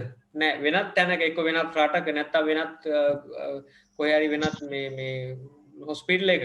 ඒ තැන ඉඳලා තමයි මේ සම්බන්ධ වෙලා තියෙන්නේ. ඉතින් මේ කැමරාව මගින් තමයි මේ ලෙඩාව බලන්නේ. දැන් මෙතනක් බලන්න මේ. දැන් කොහොමද ලෙඩාව පරීක්ෂා කරනවද මේ නිරීක්ෂණය කරනවද මේ කරන්නේ? නිරීක්ෂණය කරනවා. නිරීක්ෂණය කරන පරීක්ෂා කරන්න බෑනේ පරීක්ෂා කරනවා කියලා කියන්නේ අපි සාමාන්‍යයෙන් අතට අරගෙන ඔහොම නේද මේව කර නේද බලනවා ඉතින් එහෙම තමයි පරීක්ෂා නිරීක්ෂණය කරනවා කියන්නේ බලන් ඉන්නවා විතරයි බලාගෙන ඉන්නවාට අපි කියන්නේ නිරීක්ෂණය කරනවා දැන් මේ විතරක් තියෙන ડોක්ටර් දැන් මේ වෛද්‍යවරයාට දැන් පුළුවන්කම තියෙන මේ නිරීක්ෂණය මගින් එයාගේ හැකියාවත් එක්ක එයාට පුළුවන්කම තියෙන මේ ලෙඩේ මොන වගේද කියලා බලන්න හැබැයි ඉතින් 100%ක් හරි නෑ නමුත් අත්‍යවශ්‍ය මොහොතක ඒ ක්‍රමවේදය භාවිතා කරන්නට පුළුවන්. හරි. එහෙනම් පළවෙනි සේවාව තමයි අපි කියන්නේ දුරස්ත සෞඛ්‍ය උවටැන් නැත්නම් රිමෝට් ක්ලිනිකල් කෙයා කියලා කියනවා. දෙවෙනි සේවාව මොකක්ද මේක? නිවසේ සිට අධීක්ෂණය. දැන් සමහර අය මේ මොනිටර් කරනවා නිවසේ එක එක උපකරණ සම්බන්ධ කරලා ගෙදරම ඉන්නේ මේ ගෙදරමයි ඉන්නේ එතන උපකරණ වලට සම්බන්ධ කරලා තියෙනවා. ඊට පස්සේ ඒ උපකරණ මොනිටර් වෙනවා කවුරු අතින්ද ડોක්ටර් අතින්. එයාගේ ඩිවයිස් වලට සම්බන්ධ කරලා තියෙන එයාගේ තැන් වලට. ඉතින් අර මෙයාගේ මොන හරි වෙනසක් වෙනකොට හෘදේ ස්පන්දනය, heart pressure වෙනස් වෙනකොට ඒ වගේ තැන් වලදී එයා මොනිටර් වෙනවා සම්පූර්ණයෙන්ම. ලෙඩාව මොනිටර් වෙනවා. ඉතින් ඒක තමයි මේ නිවසේ සිට අධීක්ෂණය නැත්නම් link home monitoring system කියලා කියන්නේ. ඊගාවට අන්තර්ජාලය ඔස්සේ උපදෙස් ලබා ගැනීම. මේ මොකද්ද මේ කියන්නේ? සර් ලියනවද? මම ඔක්කොම එකපාර දෙන්න ලියන්නේ. අන්තර්ජාලය ඔස්සේ උපදෙස් ලබා ගැනීම කියලා කියන්නේ සමහර අවස්ථාවල අපිට දැන් මේ මොකක් හරි අපිට අවශ්‍ය වුණොත් එහෙම මොන හරි මේ අපි කියන්නේ උපදේශයක් ලබා ගන්න. දැන් පහුගිය කාලෙත් ඔය එක ඇප් එහෙම තිබ්බා. ඒ ඇප් වලින් අපිට මේ සේවාව ලබා ගන්න පුළුවන්කම ලැබුණා. එතකොට එතනදිත් සිද්ධ වෙන්නේ මොකද්ද? මේ ඔය මේ උපදේශයක් අපි මොකද අසනීපයක් වුණාම හදිසියකට මොකද කරන්න කියන ඒ වගේ දේවල් මේ වගේ වීඩියෝ හරහා හරි ක්‍රමවේදයකින් භාවිතා කරන්න පුළුවන්කම තමයි මේ තියෙන්නේ. ඊට පස්සේ ඊළඟ එක මෙන්න මේක තමයි අනිත් ලස්සනම සේවාව. මොකක්ද ඒ තමයි දුරස්ත ශල්‍යකරම. හිතන්න පුළුවන්ද මේක? ඒ කියන්නේ ලෙඩා ඉන්නේ අපිට ලංකාවේ කියලා. දොස්තර මහත්තයා ඉන්නේ කොහෙද? ඇමරිකාවේ. දොස්තර මහත්තුරු ටික ඉන්නේ ඇමරිකාවේ. දොස්තර මහත්තුරු ඇමරිකාවේ ඉඳගෙන ලංකාවේ ඉන්න ලෙඩාව ඔපරේෂන් කරනවා. කොහොමද වැඩි?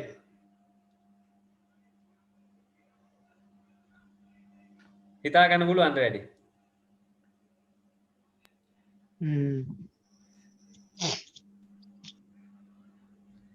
දැන් මේ තියෙන මේ ඩිවයිස් එක. මේක ඩිවයිස් එකක් තමයි තියෙන්නේ.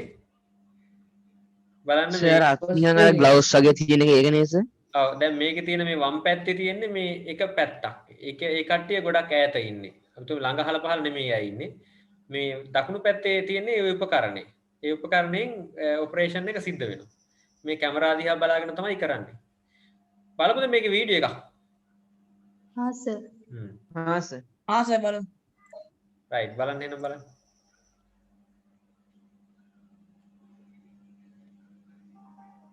The Da Vinci surgical system is the most advanced platform for minimally invasive surgery available in the world today. The integration of high-resolution 3D vision, wristed instruments, and intuitive motion control enables the Da Vinci surgeon to transcend the limitations of conventional surgical technologies, making new, minimally invasive options possible for complex surgical procedures. 3 network components comprise the Da Vinci surgical system: an ergonomic surgeon's console, a patient-side cart with 4 interactive robotic arms, and a high-definition 3D vision system. Seated at the console, the Da Vinci surgeon views a remarkably clear 3D image of the surgical field. The system scales, filters, and translates the movements of the surgeon's hands on the master controllers to 4 interactive robotic arms on the patient cart. The Da Vinci S HD බලන්න බැරි කවුරුත් ඉන්නවා නම් බලන්න එපා මේක. ඉතින් ලොකු දෙයක් නෑ. චුට්ටක් මේ ඔපරේෂන් එක වෙන්නේ සම්පූර්ණයෙන්ම මේ මැෂින් වලින් ඈ.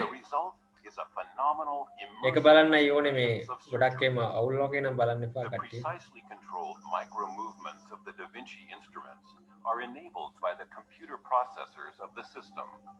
These dedicated processors perform millions of safety checks over the course of a procedure for enhanced surgical precision and control. Da Vinci EndoWrist instruments are designed with a unique wristed architecture that provides 7 degrees of freedom for a range of motion greater than even the human wrist. This proprietary design enables surgical maneuvers impossible with conventional laparoscopic tools. As the surgeon operates at the console, the Da Vinci system filters out hand tremor and translates his controlling motions to the articulating tips of the EndoWrist instruments. The Da Vinci system also provides motion scaling that enables the surgeon to tailor the ratio of his hand movements to a corresponding micro movement at the instrument tip. The system requires that every surgical maneuver is under the direct control of the surgeon.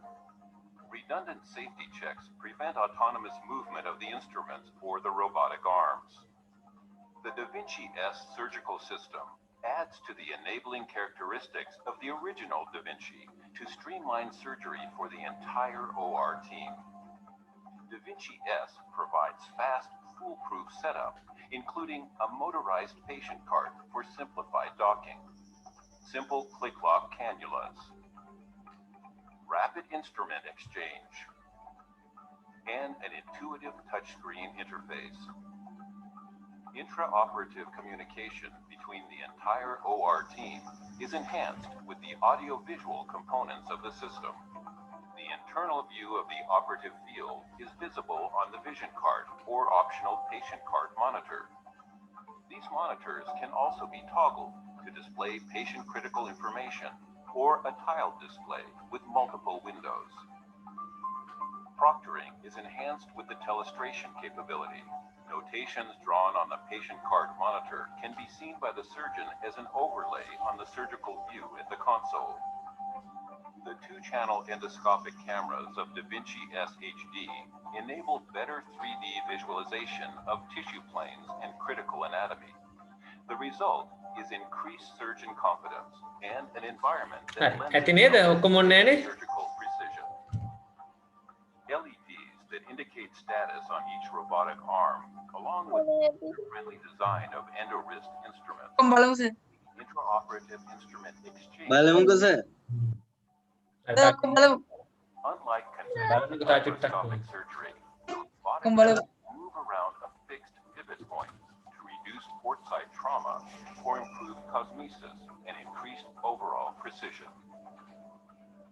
The future of surgery includes enhanced visualization, superior instrument dexterity, and operative efficiency in a tightly integrated system. The Da Vinci S surgical system moves surgery forward with a new level of technical capability that enables minimally invasive surgery in complex procedures as never before. Da Vinci provides a streamlined surgical experience that benefits the hospital, the surgeon, the OR team, and, most importantly, the patient.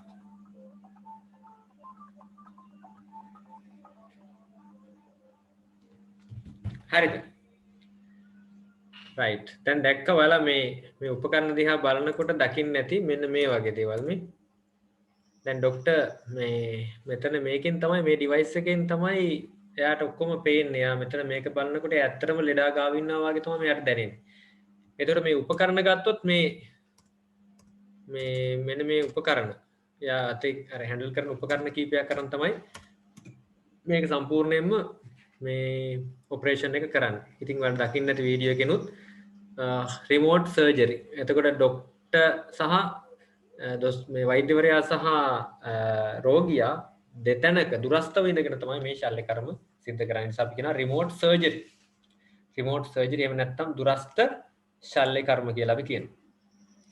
ඊළඟ තමයි මේ අපේ මොකක්ද අපේ ටෙලිමෙඩිසින් එකේ තියෙන ඊළඟ එක තමයි අවසාන එක මම හිතන්නේ දුරස්ථ පුහුණුව රිමෝට් ට්‍රේනින් කියන එක. දැන් සමහර අය වෛද්‍ය ශාස්ත්‍රයේ ඉන්න අයට ළඟ අහල පහල නැති අයට මේ වගේ අන්තර්ජාලය භාවිතා කරගෙන පුහුණු සැසි පවත්වන එක තමයි දුරස්ථ පුහුණුව කියලා කියන්නේ. මේකත් එක අවස්ථාවක් මේ අපේ ටෙලිමෙඩිසින් වල. එහෙනම් අපි මේ පහ ලියාගමු නා පුතා මතකද මේ පහ මොනවද කියලා මතක් කරගමු මොකද්ද පළවෙනි එක දුරස්ත සෞඛ්‍ය උවටැන් පළවෙනි එක ලියන්න ඕකේ නම් කොටු පහක් දාලා තියෙනවා වෙන වෙනම පළවෙනි එක දුරස්ත සෞඛ්‍ය උවටැන් දුරස්ත සෞඛ්‍ය උවටැන්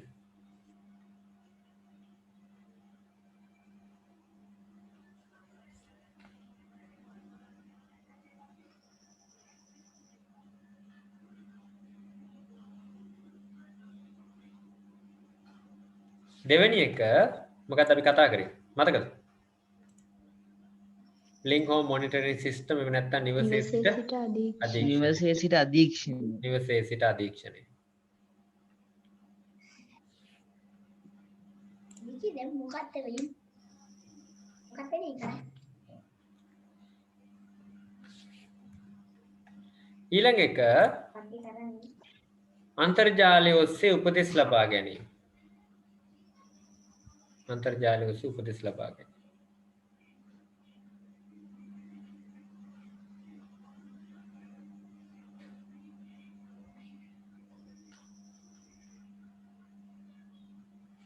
अंतर्जाल उसे उपदेश लगा के नहीं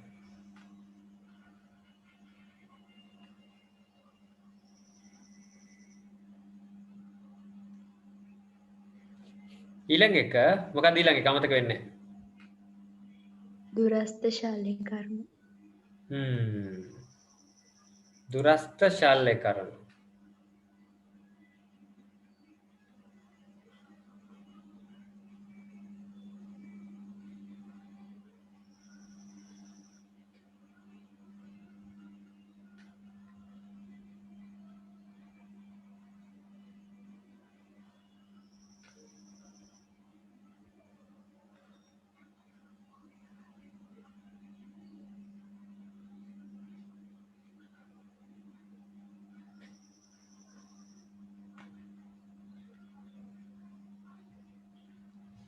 මොකක්ද ඊළඟ එක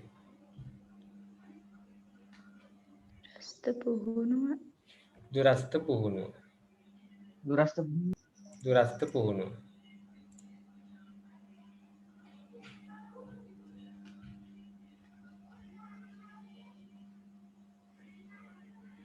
හරි සලියව හරි දැන් මතක නම් කියන්න බලන්න දුරස්ත සෞඛ්‍ය රැකවරණයේ අවස්ථා පහ දුරස්ත සෞඛ්‍ය උවටැන් නිවසේ සිට අධීක්ෂණය අන්තර්ජාලය ඔස්සේ උපදෙස් ලබා ගැනීම දුරස්ත ශල්‍ය කර්ම දුරස්ත පුහුණුව හරියටම හරි good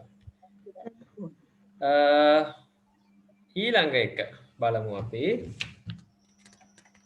දැන් ඕන ඒකත් එක්ක සෞඛ්‍ය ශාස්ත්‍රයේ අවස්ථා ටික අපි අවසන් කරා දැන් අත්‍යවශ්‍ය ටික විතරයි සාකච්ඡා කරන්නේ දැන් මොකද්ද ඊළඟට අපි කතා කරන්නේ මොකද්ද ශාස්ත්‍රය දැන් කවුරුත් හිතනවා මේ විශිකර්මක ශාස්ත්‍රයේ තොරතුරු තාක්ෂණය භාවිතා කරන්නේ නැද්ද සාමාන්‍ය බලන්න හිතලා බලලා කියන්න තියනවද නැද්ද ඇග්‍රිකල්චර් ෆීල්ඩ් එකේ දැන් අපේ කාර්මික රටවල් කියලා එහෙම වෙන් කරාට කෘෂිකාර්මික ශාස්ත්‍රයේ ICT හරියට භාවිතා කරනවා නේද කෘෂිකර්මාන්තයේ ප්‍රධාන වශයෙන් කොටස් දෙකකට බෙදෙනවා මම හිතනවා ඔයාලට මේක ඉගෙන ගන්න හම්බෙන්නේ නැහැ මොකද ඔයාලා කෘෂිකර්මය කරන්නේ නැහැ ඒ වෙනුවට IT කරන්නේ නේද කෘෂි විද්‍යාව කරන්නේ නැහැ කෘෂිකර්මාන්තයේ ප්‍රධාන වශයෙන් පුතා කොටස් දෙකක් දැන් නම් තුනක් කියලා බෙදෙනවා නේද දීවර කර්මාන්තයත් අහු වෙනවා දැන් සමහර අවස්ථාවල ඉතින් ඒක නිසා කෘෂිකර්මාන්තයේ බෙදෙනවා එකක් භෝග වගාව අනිත් එක තමයි සත්ත්ව පාලනය එකක් මොකද්ද භෝග වගාව අනිත් එක සත්ත්ව පාලනය අපි මේ දීවර කර්මාන්තයත් ඕකටම එකතු කරලා තියෙනවා සාමාන්‍යයෙන් කතා බහට කරනවා. ඉතින් එතකොට අර ওই තුනම සම්බන්ධ වෙනවා. එතන භෝග වගාව අපි මුලින්ම බලමු. භෝග වගාව ගත්තාම කොහොමද කෘෂි කර්මාන්තයේදී මේ භෝග වගාව භාවිතා කරනකොට මෙතන මේ භෝග වගා කරනකොට තොරතුරු තාක්ෂණය භාවිතා කරන්න කියලා හිතන. දැන් හිතා ගන්න පුළුවන් සාමාන්‍යයෙන් අර මේ ගොවි මහත්තයෙක් නේද? එයාට අර අඳින්න පුළුවන් ලාභ මැඳුම ඇඳගෙන නේද මොකද්ද කියලා අහන්නේ නේද ලාභ මැඳුම ඇඳගෙන මොකක්ද ඇඳයි යන්නේ මොකද්ද මේ ආමුඩේ මොකද්ද උදැල්ලත් කරේ තියාගෙන ලැප්ටොප් එකක් පාවිච්චි කරන එකද මේ කෘෂි කර්මාන්තයේදී තොරතුරු තාක්ෂණය භාවිතා කරනවා කියන්නේ සමහර නේද නියර ඉඳගෙන ලැප් එකක් යූස් කරනවා ඒකද සමහර ඒවත් තියෙනවා සමහර ඔය ලස්සන ෆොටෝස් එකක් දාලා තියෙනවානේ උදැල්ල කරේ මඩත් ගාගෙන ලැප් එකක් අරගෙන ටච් කර කර ඉන්නවා. ඒක නෙමෙයි. දැන් අපි ගත්තොත් එහෙම මේ කාර්මික රටවල් ගත්තත් ඉදිරියෙන් ඉන්නේ ඔය දැන් ධනවාදී රටවල් ටිකක්ම තමයි. කෘෂිකාර්මික රටවල් මොනවද කියලා ගත්තාම ඒව ඉදිරියෙත් ඉන්නේ ධනවාදී රටවල් ටිකක්ම තමයි. දැන් ඇමරිකාව වගේ රටවල කිරි නිෂ්පාදනය කරනවා, තිරිඟු නිෂ්පාදනය කරනවා. ඒව මහා පරිමාණයෙන් සිද්ධ කරන්නේ. දොඩම් ඈ එතකොට දොඩම් හැම එකක්. ඉතින් ඒව කෘෂිකර්මාන්තය ඇතුළත් ඉහළම මට්ටමට එයාලා ඇවිල්ලා තියෙන්නේ. කාර්මික පැත්තට ඉහළම මට්ටමට ඇවිල්ලා තියෙන්නේ. ඒ ඔක්කොටම එයාලා තාක්ෂණය භාවිතා කරනවා. දැන් අපේ රටේ නම් ඉතින් ඔය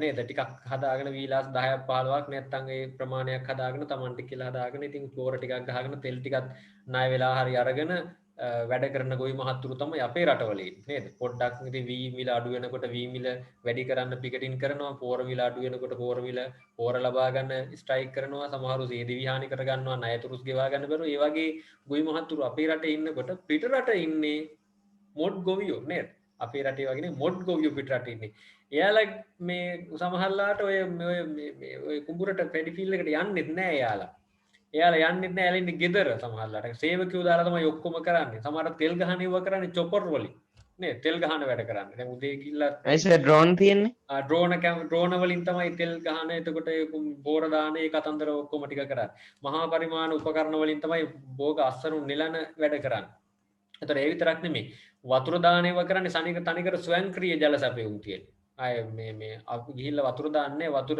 පසේ තෙතමනිය පරීක්ෂාවට ලක් කරලා ස්වයංක්‍රීයව තෙතමනිය අඩු වෙලා වියලි තත්ත්වයටපත් වෙනකොට ඔටෝමැටිකලි නැත්තම් ස්වයංක්‍රීයව මැෂින් එකක් ක්‍රියාත්මක වෙලා ඒ මැෂින් එකෙන් වතුර මේ ශේෂ්ත්‍රයට ඉහින වැඩේ හෝ එහෙම නැත්තම් වතුර දාන වැඩේ සිද්ධ වෙනවා ඊගාවට මේ දැන් අපි තව තියෙන මොනවද ඒ කාලගුණ මිනුම් යන්ත්‍ර වගේ දේවල් තියෙනවා. ඒලාගේ තියෙන නිසා දැන් අපේ රටේ නම් ඉතින් කාලගුණ මිනුම් යන්ත්‍ර මොකුත් නැහනේ. ඉතින් උදේ පාන්දර අපේ ගොවි මහත්තුරු නම් මොකද කරන්නේ?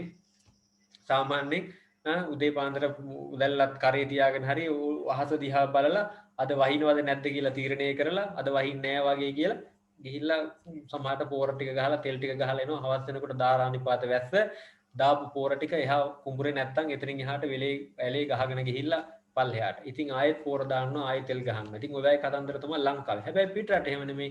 හැමතිස්සෙම එයාලගේ තාක්ෂණීය භාවිතා කරන උපරිම වශයෙන් කාලගුණ මිනිම් යන්ත්‍ර වෙන වෙනම තියාගෙන ඉන්නවා සමහර අවස්ථාවල මේ අද වහිනවද නැද්ද මොනවද කාලගුණ තත්ත්වයේ පරීක්ෂාවට ලක් කරන්නේ. ඒ අනුව තමයි එයාලා භෝග වගා කරනවද, හිනවද, වපුරනවද, තෙල් ගහනවද, පෝර ගහනවද කියන වගේ දේවල් තීරණය කරන්නේ. ඉතින් ඒක නිසා අන්න ඒ වගේ කෘෂිකාර්මික තාක්ෂණයන් කෘෂිකර්මාන්තයට මහා පරිමාණයෙන් තාක්ෂණයන් භාවිතා කරන අවස්ථා. ඊගාට මේ මිනිස්සු ධම්මලා නෙමෙයි ඔය භෝග මේ අස්සනු නෙලන්නේ ඔක්කොම ස්වයංක්‍රීය ක්‍රමවේදයන් භාවිතා. පැල සිටවන්නේ ස්වයංක්‍රීය ක්‍රමවේදයන් භාවිතා කරලා. පෝර දමන්නේ කෘමිනාශක දාන්නේ ස්වයංක්‍රීය ක්‍රමවේදයන් පාවිච්චි කරලා. ඉතින් ඒ වගේ කෘෂිකාර්මික ශේෂ්ත්‍රයේ බොහෝ මහා පරිමාණයෙන් තොරතුරු තාක්ෂණය භාවිතා කරනවා. ඒ වගේම කෘෂිකර්මාන්තයේ පැත්ත චුට්ටක් අපි උන්න බැලුවොත් මෙන්න මේ වගේ ඒවා. මම ඔය කියපු කතන්දර ඔක්කොම තියෙනවා නේද? තහුණාද කාලගුණ මිනුම් යන්ත්‍ර, ස්වයංක්‍රීය කෘමි පාලන යන්ත්‍ර, වගාබි මේ තත්ත්වය මරණ යන්ත්‍ර, ස්වයංක්‍රීය ජල සැපයුම් මම මේ ඔක්කොම කතා කරා. ස්වයංක්‍රීය වල් පැල ඉවත් කරන ඒවා. ඊගාවට රොබෝ තාක්ෂණයෙන් පැල සිටවන්නේ, රොබෝ තාක්ෂණයෙන් අස්සනු නෙලන්නේ, ඊගාවට මේ හරිතාගාර ක්‍රමවේදී නේද? අපිට හරිතාගාර තාක්ෂණය දැන් ඉතා ඉහළ මට්ටමේ භාවිතා කරනවා. දැන් අපේ රටේ ඕනම තැනක ඕනම භෝගයක් වගා කරන්න පුළුවන් මට්ටමක් තියෙනවා. පිටරටත් එහෙම. නේ අපේ රටේ පුළුවන් නේ අර නේද ග්‍රීන් හවුස් හදලා මේ සූර්ය එළිය 150 175 125 ප්‍රමාණයට අඩු කරලා අවශ්‍ය කරන මේ භෝගයක් හැදෙන්න ඕන කරන සම්පත් සියල්ලම පහසුකම් සියල්ලම ලබා දීලා ඒ භෝග හදනවා. දැන් මේ නුවරඑළිය බෝංචි රතුවල හැදුනට දැන් අපේ පැතිවල බෝංචි රතුවල හදනවා නුවරඑළිය හැදෙනවම අපේ රටේ වෙනත් ප්‍රදේශවල ගම්පහ නේද ඔය මේ කොළඹ දිහායමත් හදන අවස්ථා තියෙනවා. ඉතින් ඒ වගේ හරිතාගාර ක්‍රමවේදයන් භාවිතා කරනවා. ඉතින් අපිට ওই ටික දාන්න පුළුවන්. ඉතින් මේ ටික සාකච්ඡා කරන තමයි එකපාරම කිව්වා කාලගුණ මිනුම් යන්ත්‍ර භාවිතා කරන පුතා. තාම මොකද කිව්වේ? ස්වයංක්‍රීය කෘමි පාලන යන්ත්‍ර භාවිතා කරනවා නේද? ඊගාට වගාබි මේ තත්ත්වයේ මන් යන්ත්‍ර මේ වගාබි තත්ත්වය කියලා කියන පුතා අපේ මේ පොළවේ අපිට දන්නවා නයිට්‍රජන් ෆොස්ෆරස් පොටෑසියම් මේ අනුපාතයට තියෙන්න ඕන අවශ්‍ය ප්‍රමාණයට. එහෙම තිබ්බහම තමයි භෝගයක් හැදෙන්නේ. ඒවා නයිට්‍රජන් ප්‍රමාණය වැඩි නම් ෆොස්ෆරස් ප්‍රමාණය පොටෑසියම් ප්‍රමාණාත්මකව වැඩි නම් පසේ තියෙන ඛනිජ ප්‍රමාණය ලවණ ප්‍රමාණය ඒවා වැඩි නම් අඩු නම් භෝගයක් හැදෙන ඒවාට බාධා ඇති වෙන්න පුළුවන්. ඉතින් ඒව නිසා ඒවා මනින්න උපකරණ. ඒවා මැනලා ඒවට අඩුපාඩු තියෙනවා නම් ඒවට ඕන කරන සංඝටක එකතු කරන්න. ඉතින් ඒ වගේ ක්‍රමවේදයක් වෙනත් තැන්වල භාවිතා කරනවා. තමයි මේ ස්වයංක්‍රීය තත්ත්වය මොකද්ද මේ වගාබිමෙහි තත්ත්වය මන් යන්ත්‍ර කියලා කියන්නේ. වගාබිමේ තත්ත්වය මන් යන්ත්‍ර. ස්වයංක්‍රීය ජල සැපීම. ඔයත් වීඩියෝ පෙන්නනවද? ඕනද වීඩියෝ එකක් බලන්න? හා මේ ටික ලියාගමු වෙනම් බලන්න ස්වයංක්‍රීය වල් පැලිවත් කරන රොබෝ තාක්ෂණයෙන් පැල සිටිනවා. මේ ටික ලියාගමු. මේ ටික ලියාගත්තට පස්සේ මම අවසාන වශයෙන් වීඩියෝ එකක් පෙන්නන්නම් අද. චුට්ටක්. හරි. ලියාගමු කියන මේ ටික.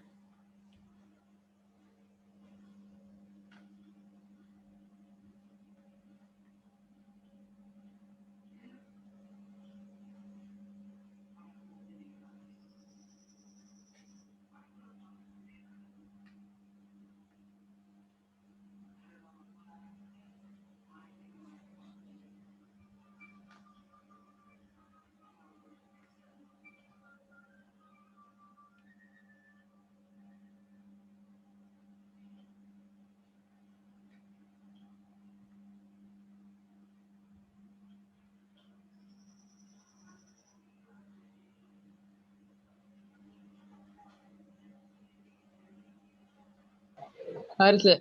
මේක තේරුණා නේද පුතාලාට? ඔව් සර්.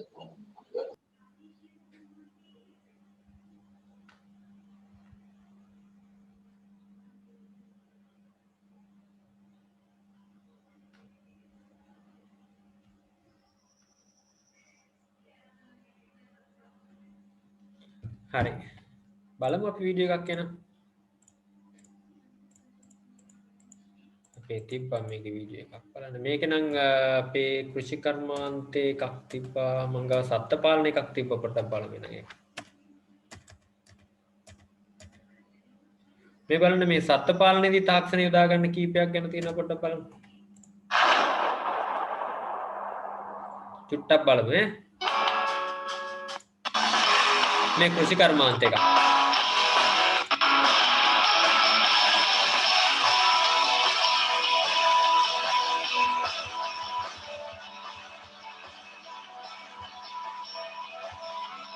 මේ වගේ වෙන ලංකාවෙත් තියෙනවා නේද?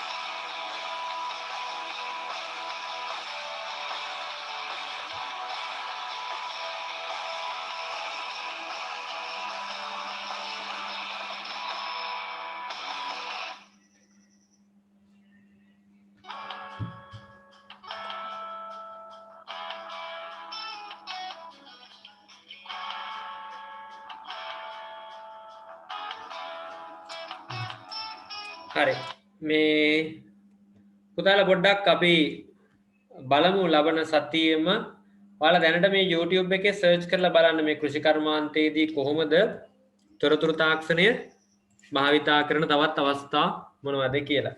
ඉතින් මේ පාඩම් ටික අද තේරුණාද පුතාලාට? ඔව් සර්. ඔව් සර් තේරුණා.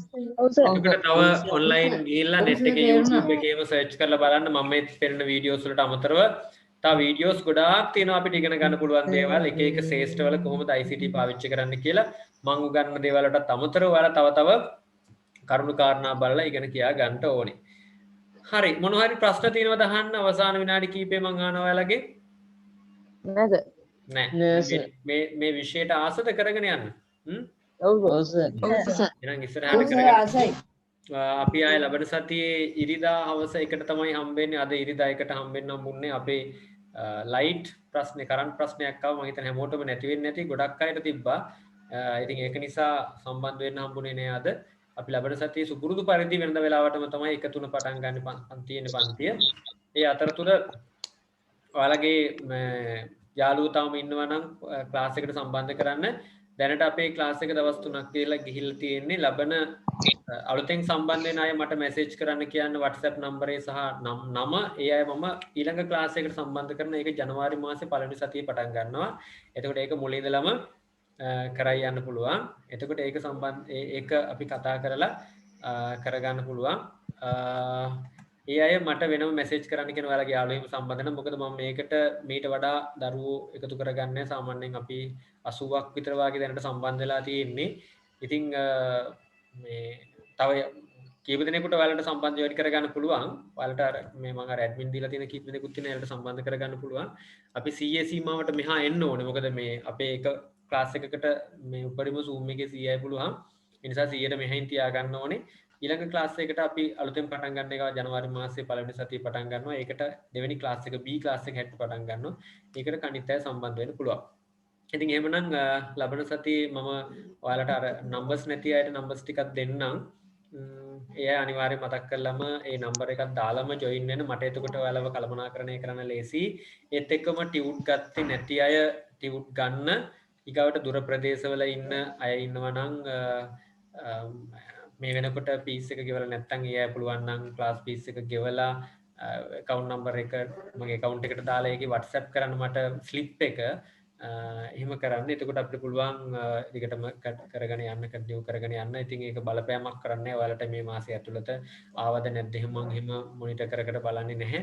මේ මොකද මේ අකුරු ටිකක් උගන්නලා මොන හරි කීයක් හරි එහෙම අපි කරගන්න. ඉතින් ඒක නිසා මේක මහා පරිමාණයෙන් හොයන්න. නමුත් මම හැමතිස්සෙම කියන කාරණාවක් තමයි මගේ පැත්තෙන් යුතුයකම කරනකොට දරුවන්ගේ පැත්තෙන් යුතුයකම දරුවෝ කරපුවාම මේක ලස්සනට අපිට ඉස්සරහට ගලාගෙන යන්න පුළුවන්. නැත්තම් කවුරුත් අම්මලා ගෙව්වද නැද්ද අරකට මේක දෙන්න හොයන්න මටත් බෑ ඔයාලටත් බෑ. ඒක අපි අපහසුතාවයට ලක් කරනවා දෙගොල්ලම. ඉතින් ඒක නිසා මගේ පුතාලා මේ විදිහට කරගෙන යමු. ප්‍රධානම දේ තමයි ඉගෙන ගන්න එක. ඒක තමයි මූලික වෙන්නේ. මුදල ඉස්සරහට කරගෙන යන්නේ නැහැ අපි කවදාවත්. ඉතින් අපි ඉස්සරහට මේ ටිකත් දිගටම කරගෙන අපේ ක්ලාස් එක ලස්සනට අපේ ICT පන්තිය ඉස්සරහට අරගෙන ගිහිල්ලා අවසානයේදී හොඳ සාමාර්ථ හැම වාර විභාගයකදී වගේම ඊට පස්සේ අවසානයේදී ලැබෙන O level විභාගෙටත් ඒ සාමාර්ථයක්ම ලබා ගන්න අපි අපේ පාඩම් ටික ඉස්සරහට කරගෙන යමු. එහෙනම් මම පුතාලට එන සමුගන්නම් හැමෝගෙම ප්‍රශ්න මොකුත් නැහැනේ අහන්න. සර් මේ Zoom එකේ ටයිම් ලිමිට් එක අයින් කරගන්නේ කොහොමද? Zoom එකේ ටයිම් ලිමිට් එක මම නම් අයින් කරගෙන තියෙන පුතේ මාස්පතා මම ගෙවනවා ඒකට ආයතනයේට. මාසෙකට 2850ක්ද කොහෙද ගෙවනවා. නැත්තම් අයින් වෙන්නේ විනාඩි 40න් 40 කට් වෙනවා නැත්තම්. සර් monthly subscription කියන්නේ ඒකද? හා? අර monthly subscription කියලා තියෙන්නේ ඒකනේ සර්? එහෙම එකක් නෙමෙයි මේ ලයිසන් එකක් ගත්තා නම් හරි ඒක account එකට සල්ලි ගෙවලා හදා ගන්න ඕන පුතා. කාඩ් එකෙන් ගෙවලා හදාගත්තා. ඒක කාඩ් එකෙන් හරි ඩෙබිට් එකෙන් හරි. හරි මගේ ඒ වගේ ප්‍රශ්න මගෙන් පෞද්ගලිකව අහන්න මම කියලා දෙන්නම් ඈ. අර පොදු නෑනේ ප්‍රශ්නේ. හරි. අපි බලමු එහෙනම් යමු නේද පුතාලා? ප්‍රශ්න මොකුත් නෑනේ වෙන පොදු ප්‍රශ්න නෑනේ. හරි. කො අපේ විමාශ හිටියද අද? විමාශ හිටියද? ඔව් සර්. ඉන්නව නේද? හරි මට අහන්න බැරි වුණා නේද? හරි. හරි කට්ටිය ඉන්න ඔක්කොම නේද? හරි හොඳයි. කට්ටිය සම්බන්ධ වෙලා ඉවරනකම් හිටියා ගොඩක් අය. එහෙනම් අපි ලබන සතිය ආමු පුතාලා හැමෝටම එනම් අයිබෝවන් සුබ රාත්‍රියක්. අයිබෝවන් සර්. අයිබෝවන් සර්. අයිබෝවන් සර්. අයිබෝවන් සර්. සුබ රාත්‍රී.